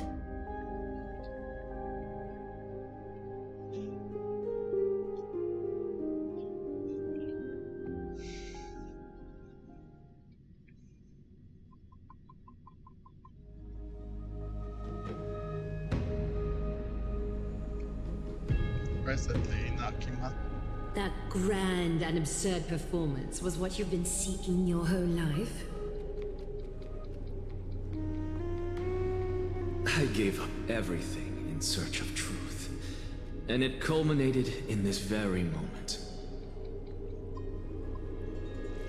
You, on the other hand, performed as I expected. You did not hesitate when you saw the chance to attain power. It's as if you... Crave power, like a fly craves rot. Those are your words, not mine. But what you said at the end, did you already know what I had planned for Finan? Yep. I may have lost an eye, but my vision is clearer than anyone else. You've nearly exhausted your humanity. You're no different from my current state as a walking corpse. That's true. I've long since burned to ash over the past 1,000 years. Only he is capable of unleashing a raging fire that rivals our final great enemy, Aquila. So, this is our last chance. How about we let go of the bad blood between us? May I resonate with your core flame, Aglaya? Please do. That's impossible. To persist with your soul thinned to such an extent. You're insane. Just as you fight to lug your corpse onward to complete your unfinished goals, I have my own reasons for doing this.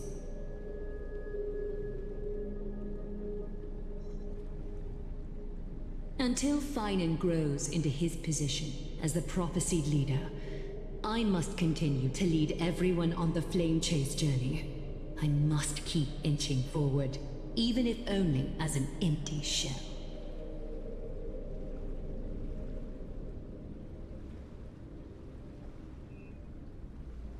I've long predicted this was the case, but I didn't think you'd already lost so much.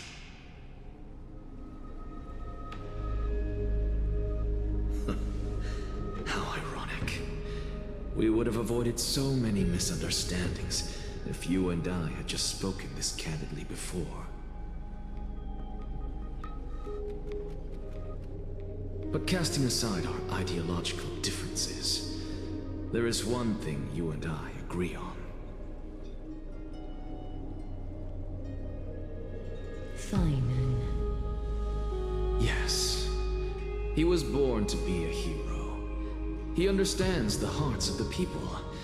And I can confidently say he is a far better leader than you.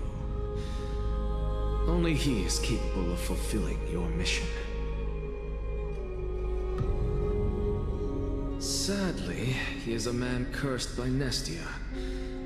But by my estimates, his horribly elaborate sense of style should not impede Aranova. What do you mean by that? Why is he cursed by Nestia?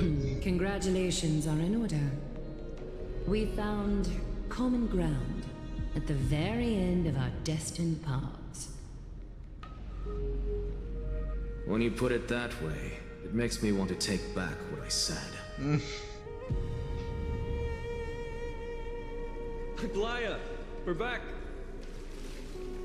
Hey. Come welcome our great hero reborn from the ashes.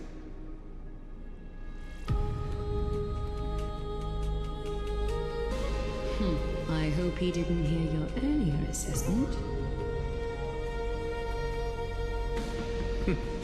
It wouldn't be the first time I criticized him.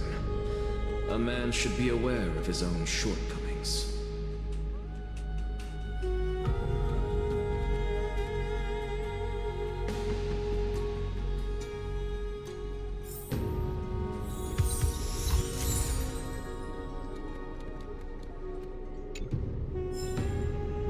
I've completed a trial. I'm gladdened, Ah, sorry. but I don't see Castorice among your number. It looks like she not only helped me prove my theory, but helped you fulfill your mission as well. Yeah, she finally understood her origins and completed her trial. I believe she'll always be at our side. I agree. She might not have been able to change her fate, but she still wrote the final verse of her epic herself.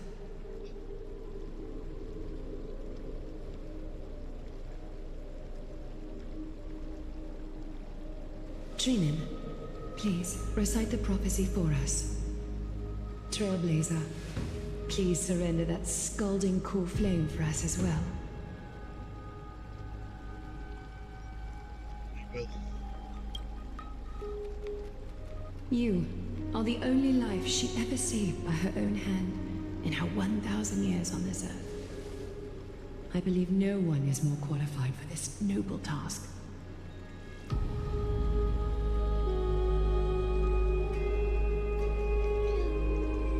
Alright. Let the ceremony begin.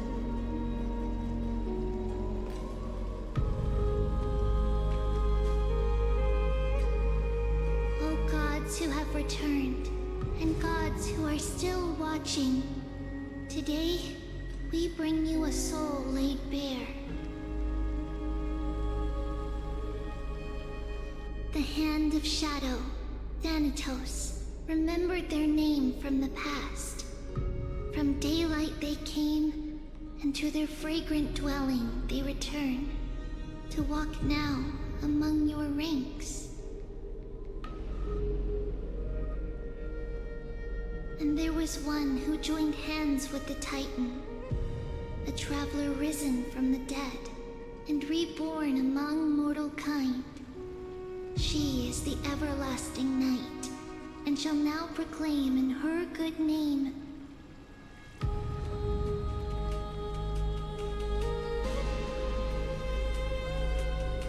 O majesty of the 12 Titans, pillars of the world, we seek your divinity to mend the rifts of the world. Fill our bodies with blood of gold, till we wither in willing service to the prophecy.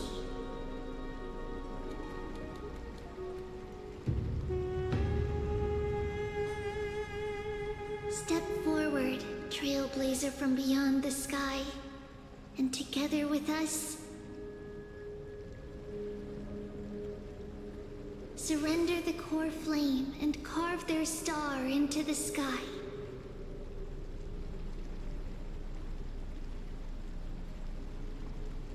Goodbye, casters. Till we meet again.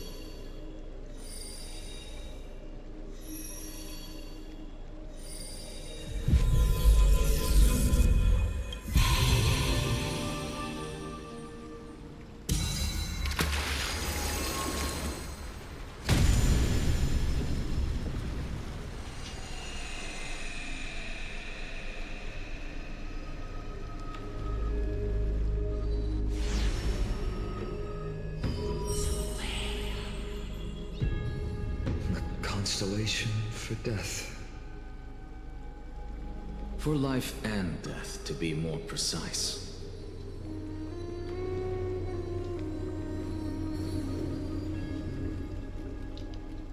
Look, it's...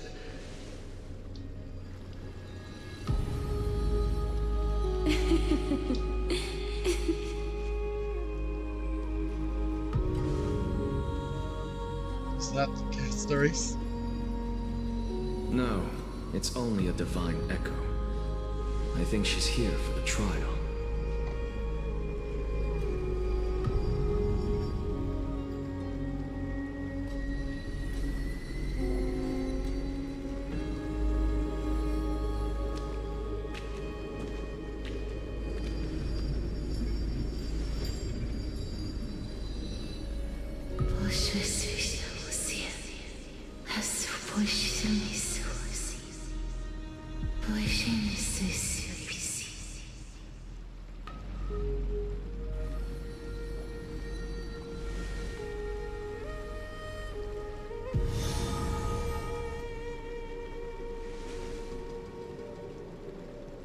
What did she say? That's the language of the Titans. Castorice... No. The Titan... They said... I have illuminated the cold shadow of death.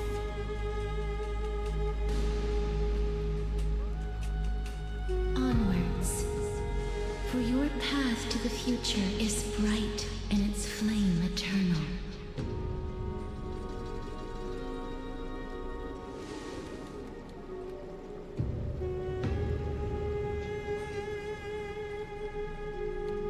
Do not forget.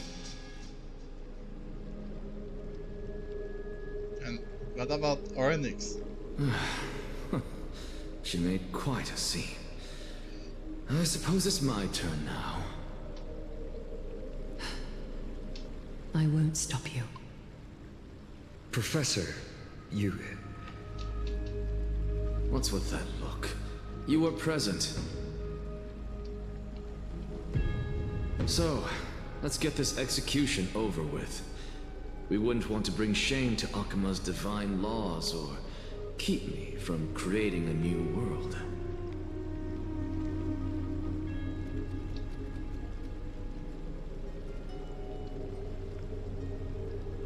You never change, do you, Professor? I don't understand. If your theory is correct, you'll lose all memories of your past life once you become a Titan. So what's the point of becoming a god?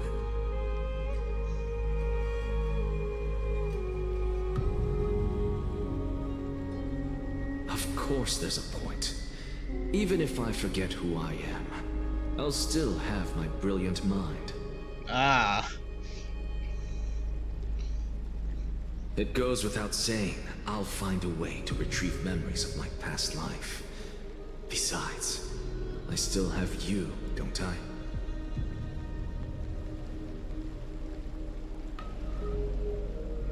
I still don't really understand what you said during the assembly. Even if it were true, things reforged from memory could never be the same as the original anyway.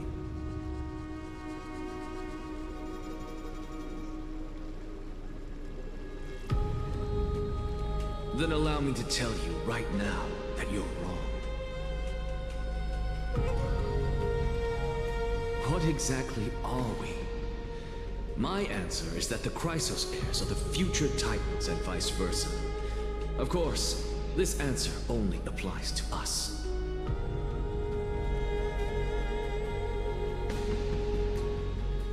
So, what are we when it comes to regular mortals?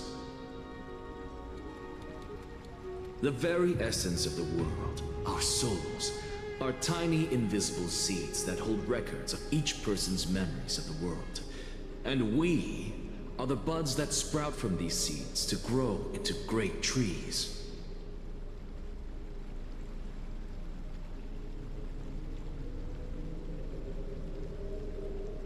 Is that what new sporism means?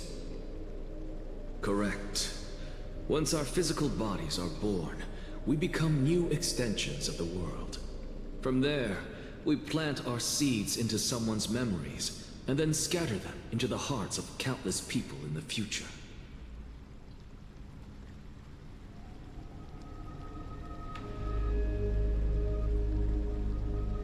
Just as seeds are affected by their environment, so too will our appearances differ across memories.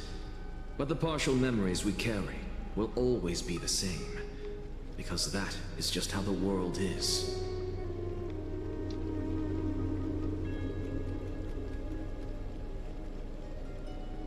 To destroy our very existence, one must destroy the world itself. But we have someone who will still live on with his perfect memory.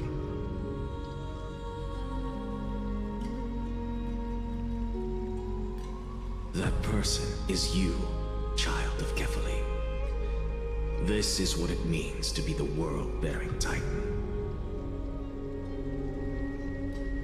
So, carry everything of this world and live on. Don't disappoint those most precious to you.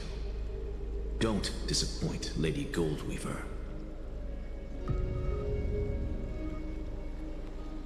And especially, don't bring dishonor to my theory. Especially, huh? Anaxa, I swear to you, I'll lead everyone to our reunion in the New World. Good. That is all I have to say. Farewell, everyone.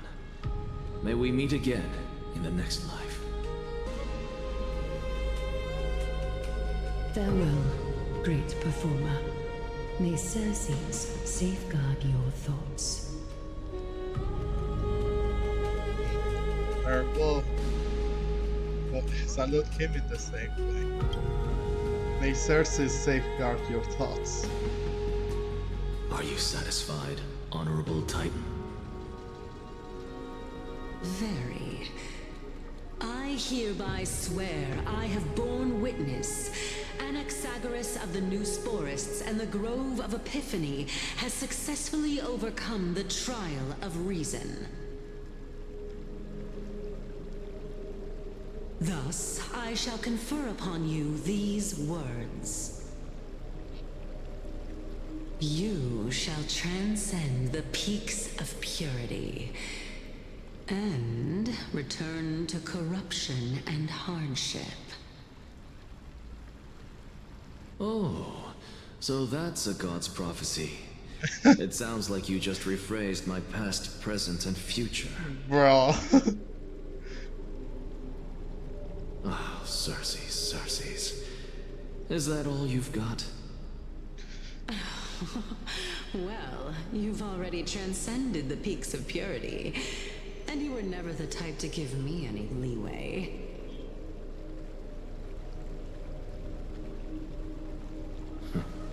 That is true. But I do still have one question. I knew it. What is it? Maybe we're thinking of the same thing. As you've so boldly stated, we and the world itself live on through the memories of others. If that is the case, whose memories did the very first new spore sprout from? How should I know?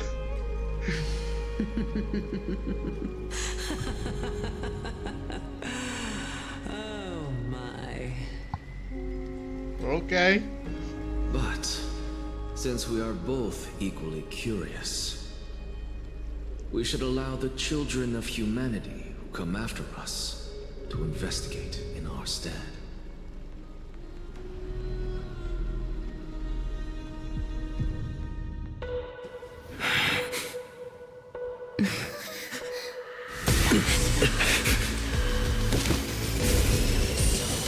Rejoice, Circes.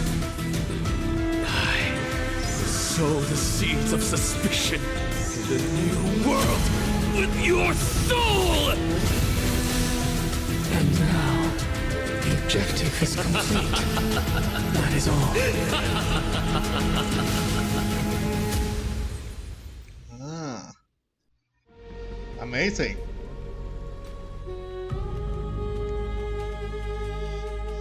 Intriguing. But who will be the demigod of reason then? Thankfully, she's still alive. Was March 7th also in this condition when she was first rescued by the Express?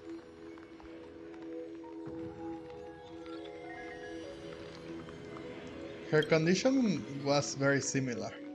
It's just that at that time, the Express did not have a memo keeper who could diagnose her condition. But she still woke up naturally. Looking on the bright side, that might happen this time as well. When March awakened from the ice, her memories were completely wiped clean. I want to prepare for the worst and prevent something like that from happening again. Can you share with us your hypothesis? I do not have conclusive evidence, but judging by her current condition, perhaps March 7th's memories have been hijacked. Hijacked? Think about it, Miss Himiko. What will happen when someone loses their ability to remember?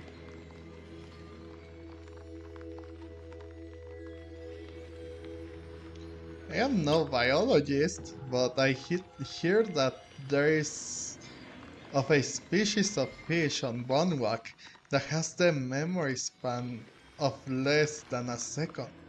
It forgets anything that occurs in the very next instant. Perhaps something similar will happen? Unfortunately, short-term memory is an entirely different concept from the inability to remember. That's true. Perhaps it is difficult for you to imagine, but an individual who has lost their ability to remember turns into nothingness. Nothingness? The belief of the Garden is that everything in this universe can be interpreted through memories. This is the driving force behind the continuance of this path. The past is made up of memoria, while the future is a possibility that will eventually be converted to memoria. But the present, it doesn't really exist, and it's only an abstract expression. Therefore, when a person is affected by the path and loses their ability to remember, their physical form will also be affected. These ice crystals are a manifestation of that. Miss Black Swan, there is one thing that I haven't looked into deeply until now. You guided us to Amphorius, but refused to tell us your true intention. Collecting memories is simply not a convincing answer. Is Miss Himiko suspicious of me? I mean no offense. I'm merely speculating, but I appreciate your honesty if possible. In other words, now is the time for me to prove my innocence. That's not a problem, of course. The true reason behind my intentions is that Amphorius holds special significance. For some memo keepers of the Garden with extremist views, it is a perfect example. Perfect example? A world that can only be seen through the Garden's mirror means that memo keepers have the right to keep the world in their private collection. If those pathstriders of remembrance were to uncover the secrets of Amphorius first, they might unleash their wild ambitions and remodel more worlds into a similar form. So, the reason you did everything you could to convince the Express to come to the Star Zone is just to uncover the secrets and foil the plans of those people? I chose to remain quiet before, because I did not want to involve you in the Garden's internal conflicts.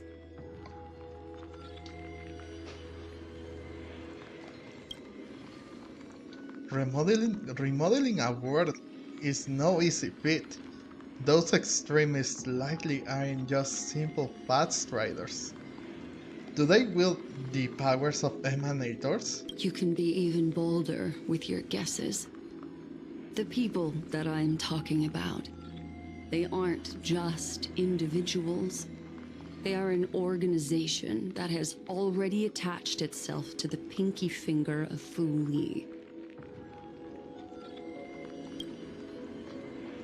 Could they be the ones who hijacked March 7th's memories? I cannot be certain, but at the very least, they are capable of doing so.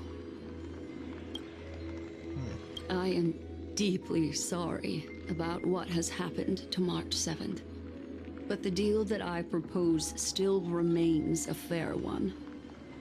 Amphorius is still an excellent destination, and investigating further might allow us to uncover the truth behind the accident. Miss Himiko, the wisest choice right now is for us to continue cooperating.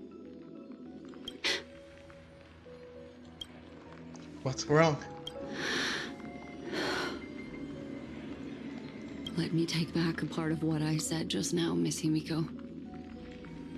Although we indeed struck a deal, it seems like I have involved you in some unforeseen danger. Please accept my deepest apologies. Has something changed? It's Fu Li. Their gaze has just swept across Amphorius. Ah.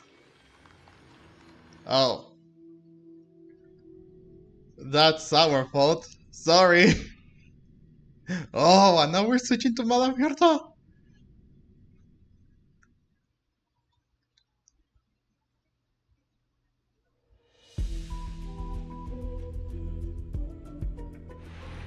Oh, how interesting.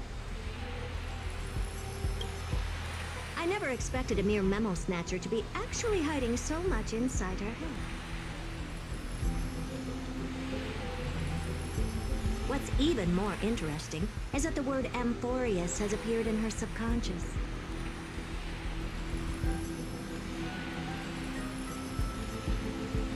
This lady seems to be having fun. Is she usually like this? Yeah, she is. It's hard to explain. What are you two whispering about? Has it not occurred to you that I can hear everything clearly?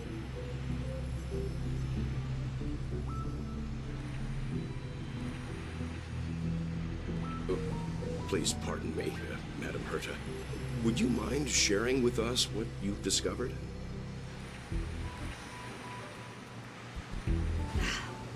The ones who need help are the Astral Express. You will have to put up with my methods, even if they are rather unconventional.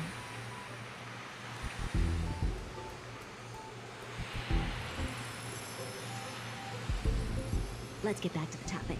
By using the fourth mirror, I rummaged through the brain of this memo snatcher and learned a good deal.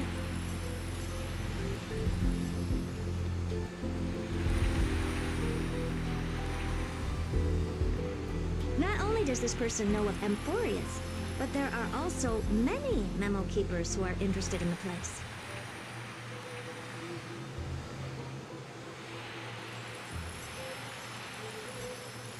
I searched through her consciousness and found the following terms: the Eternal Land, the Rejected Land, and the private collection of the Garden of Recollection.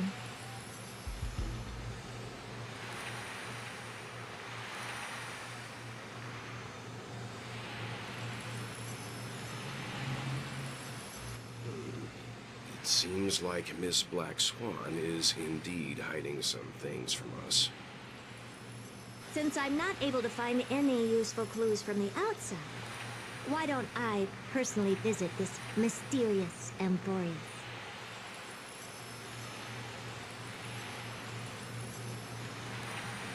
You're planning to head to Amphorius yourself? Oh. Yes, but not in the flesh like you all foolishly did. See these Herta mirrors? With them, I can project my data spirit entity to any corner of the cosmos through spatial warps, without even needing to leave my room.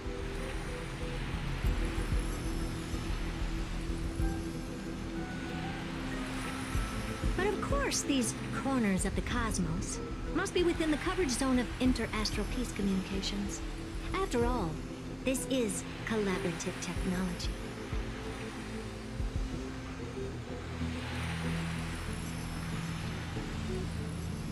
I see. You do seem like the more indoor type.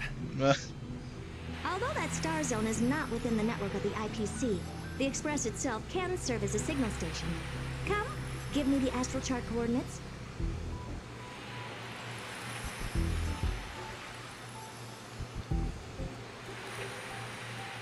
Then, sit back and enjoy the show. What shares the Astral Express's coordinates with Herta? The Herta, I mean. Alright, now that everything is ready, mirrors, get to work.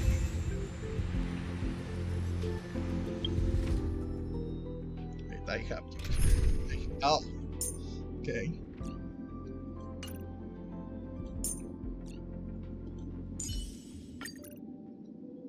Just a little bit. There.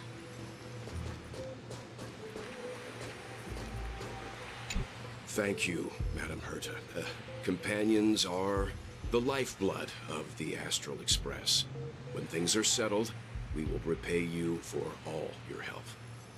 Well, this young man sure is courteous. Madam, watching you work has been an enlightening experience for me.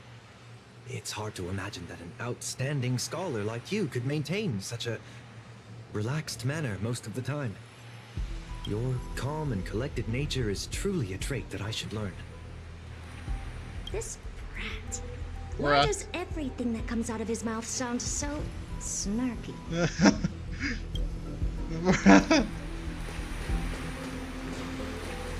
First mirror, input the coordinates. You'll be in charge of the spatial warp. As you command, Madam Herta. The preparations are complete. I wish you a pleasant journey ahead. Second mirror, prepare for the thought refraction. There's still some distance from the Astral Express to the Emphoria's celestial body. You're in charge of sending me over. This time, raise the power to the maximum. Don't be stingy. Oh, okay. I won't fail the mission, Madam Herta. Third mirror, you're in charge of generating the data spirit entity. I'm happy to help, Madam Herta. What kind of appearance are you planning to use this time? Good question. Let me think. Forget it. Just use my own appearance. There's no one there that'll recognize me anyway.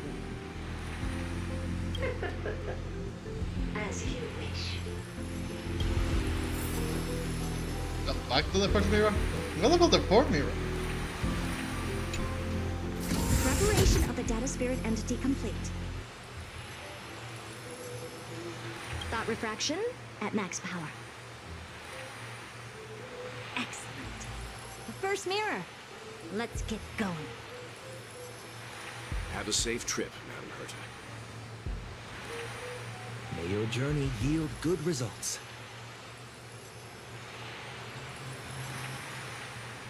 Coordinates input complete. Preparing to activate spatial warp. Destination, unknown celestial body. Amphorius. Spatial warp countdown. 5, 4, 3, 2, 1. Warp activated. Ah! Why? Oh! So that's Amphorius? Its appearance is... well, sure is unique. Second mirror. Prepare for thought refraction. It's time to send me in.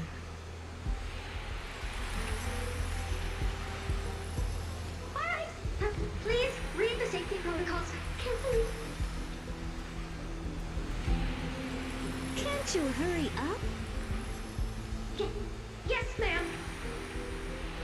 No! Not again! Why do we have to go through freaking eye-blinding I things? didn't expect it to be so turbulent. Oh. I should have asked the second mirror to use slightly less power. Oh? What a magnificent sight! Is this the entrance to Emphorius? No. Let's see. Perhaps I'll be able to find a way in. Oh, and there we are! And the Weaver. The Flame Reaver. What's this? A statue? It's ugly. I don't like it.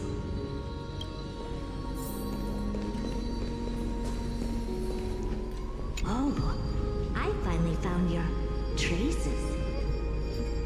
Hi. How esteemed must you be for the great Herda to come out personally? When we return, get ready to become free labor for the simulated universe for the rest of your lives.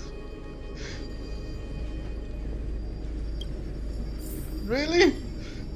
Seriously? What's this? How creepy. Oh, it moves? Who are you trying to scare? It's either a projection or a fake.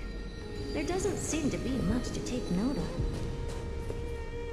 Now then, how am I going to get into Emphorius? You are already in it. My deepest apologies, esteemed lady. I'm afraid that you cannot proceed further. Who's there?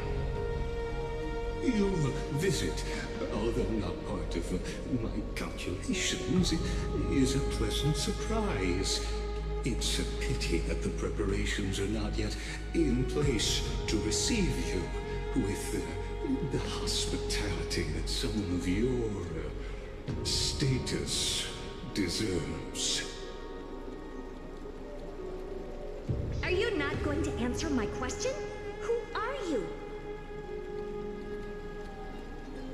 I have many identities, and I'm going to have even more in the future. But if you just need a form of address, you can use my common alias.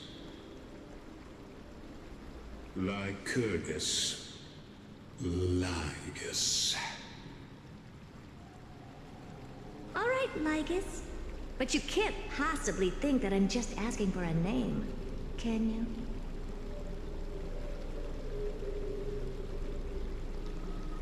Regrettably, I do not have the authority to share more information.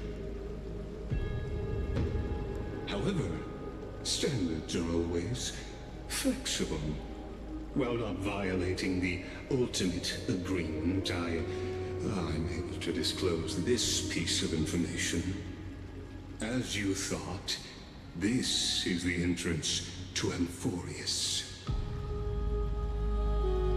Now, please, kindly turn back. Emphorius is not a world that you should be involved with, regardless of what kind of magnificent achievements you have accomplished. This place will not open its doors so easily. You seem to understand me very well. Then you should know that I have no reason to listen to you.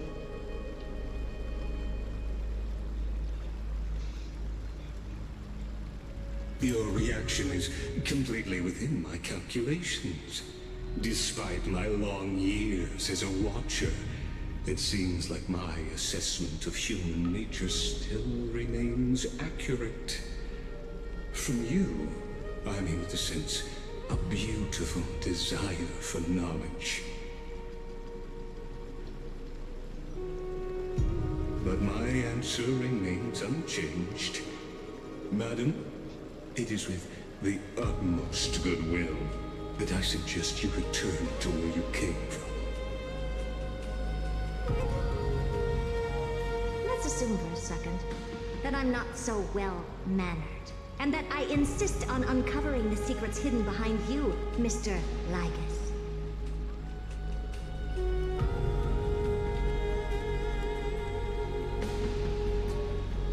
How do you plan to dispel this notion of mine?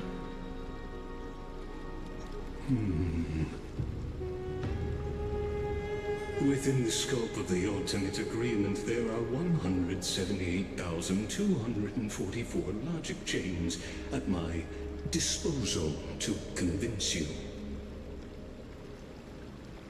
After filtering through them, I have determined that I only require 3 to attain the results that I desire.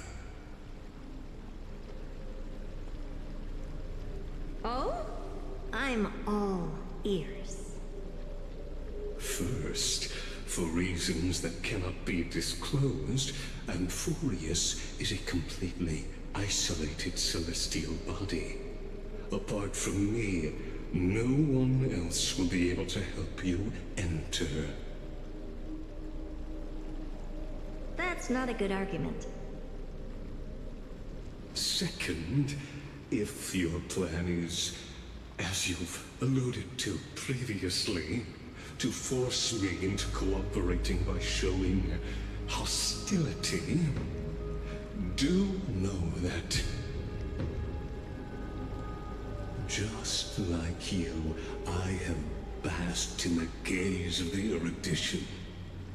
I stake my honor and assure you that in the worst case scenario, our mutual destruction will be inevitable. Oh. No wonder I couldn't find a back door. When I did a scan of our surroundings, the safety protocols on you are comparable to Screwy's. How interesting.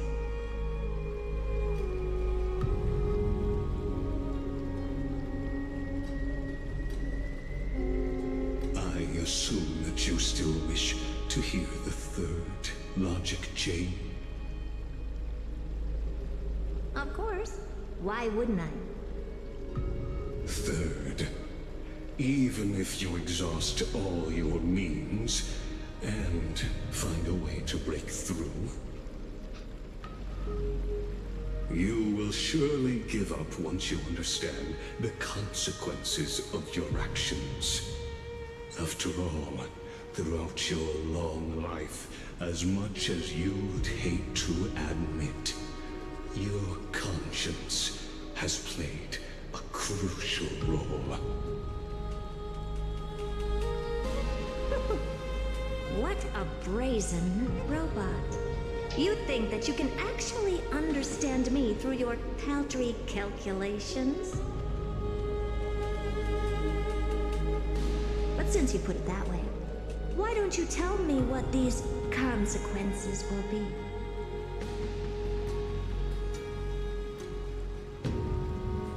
It concerns the third path that is entangled with Amphorius. A path that you and your friends still very much lack understanding of. The destruction. So, if you ignore my warnings and persist in your ways, you will break the shackles of a Lord Ravager. And when that happens, their fury will engulf the cosmos. So Lord Ravager is among them. It's in Amphorius. Who could it be?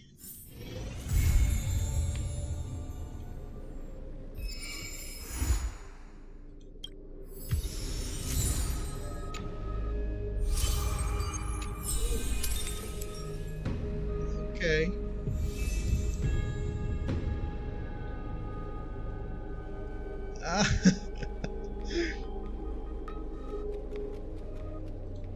Sorry guys, that was my mother. Just me, what are we going to? So, yeah. So thank you all so much for watching. I hope that everyone enjoyed this video, and if you did, leave a like. Let me know in the comment section down below what you all think about this little conversation that the Herta and that guy Lygos had, because we now know that it is, I mean, it was quite obvious that destruction will be involved, wouldn't it be? I think it made sense, because yeah, the erudition and the remembrance, they both play part on like Emporius, but which one was the third like path that had its hands on it? And it is the destruction, because the world, it's supposed to be destroyed in order to create a new world.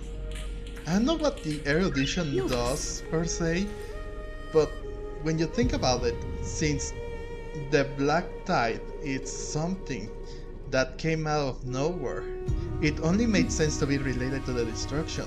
And not only that, but it seems that again, a Lord Ravager of the Destruction has his clutches again on another planet, just like what Vantilia wanted to do back at the last book. So it all makes sense now. It comes down to various things, and why the Black Tide and other like stuff that is on Emporius. It's so weird. But let me know what you guys thought on the comment section down below, and yeah, please subscribe to this channel so you can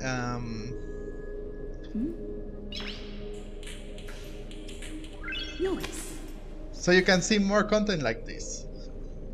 I was Miracle, and I was and I will see you on the next video. Bye bye.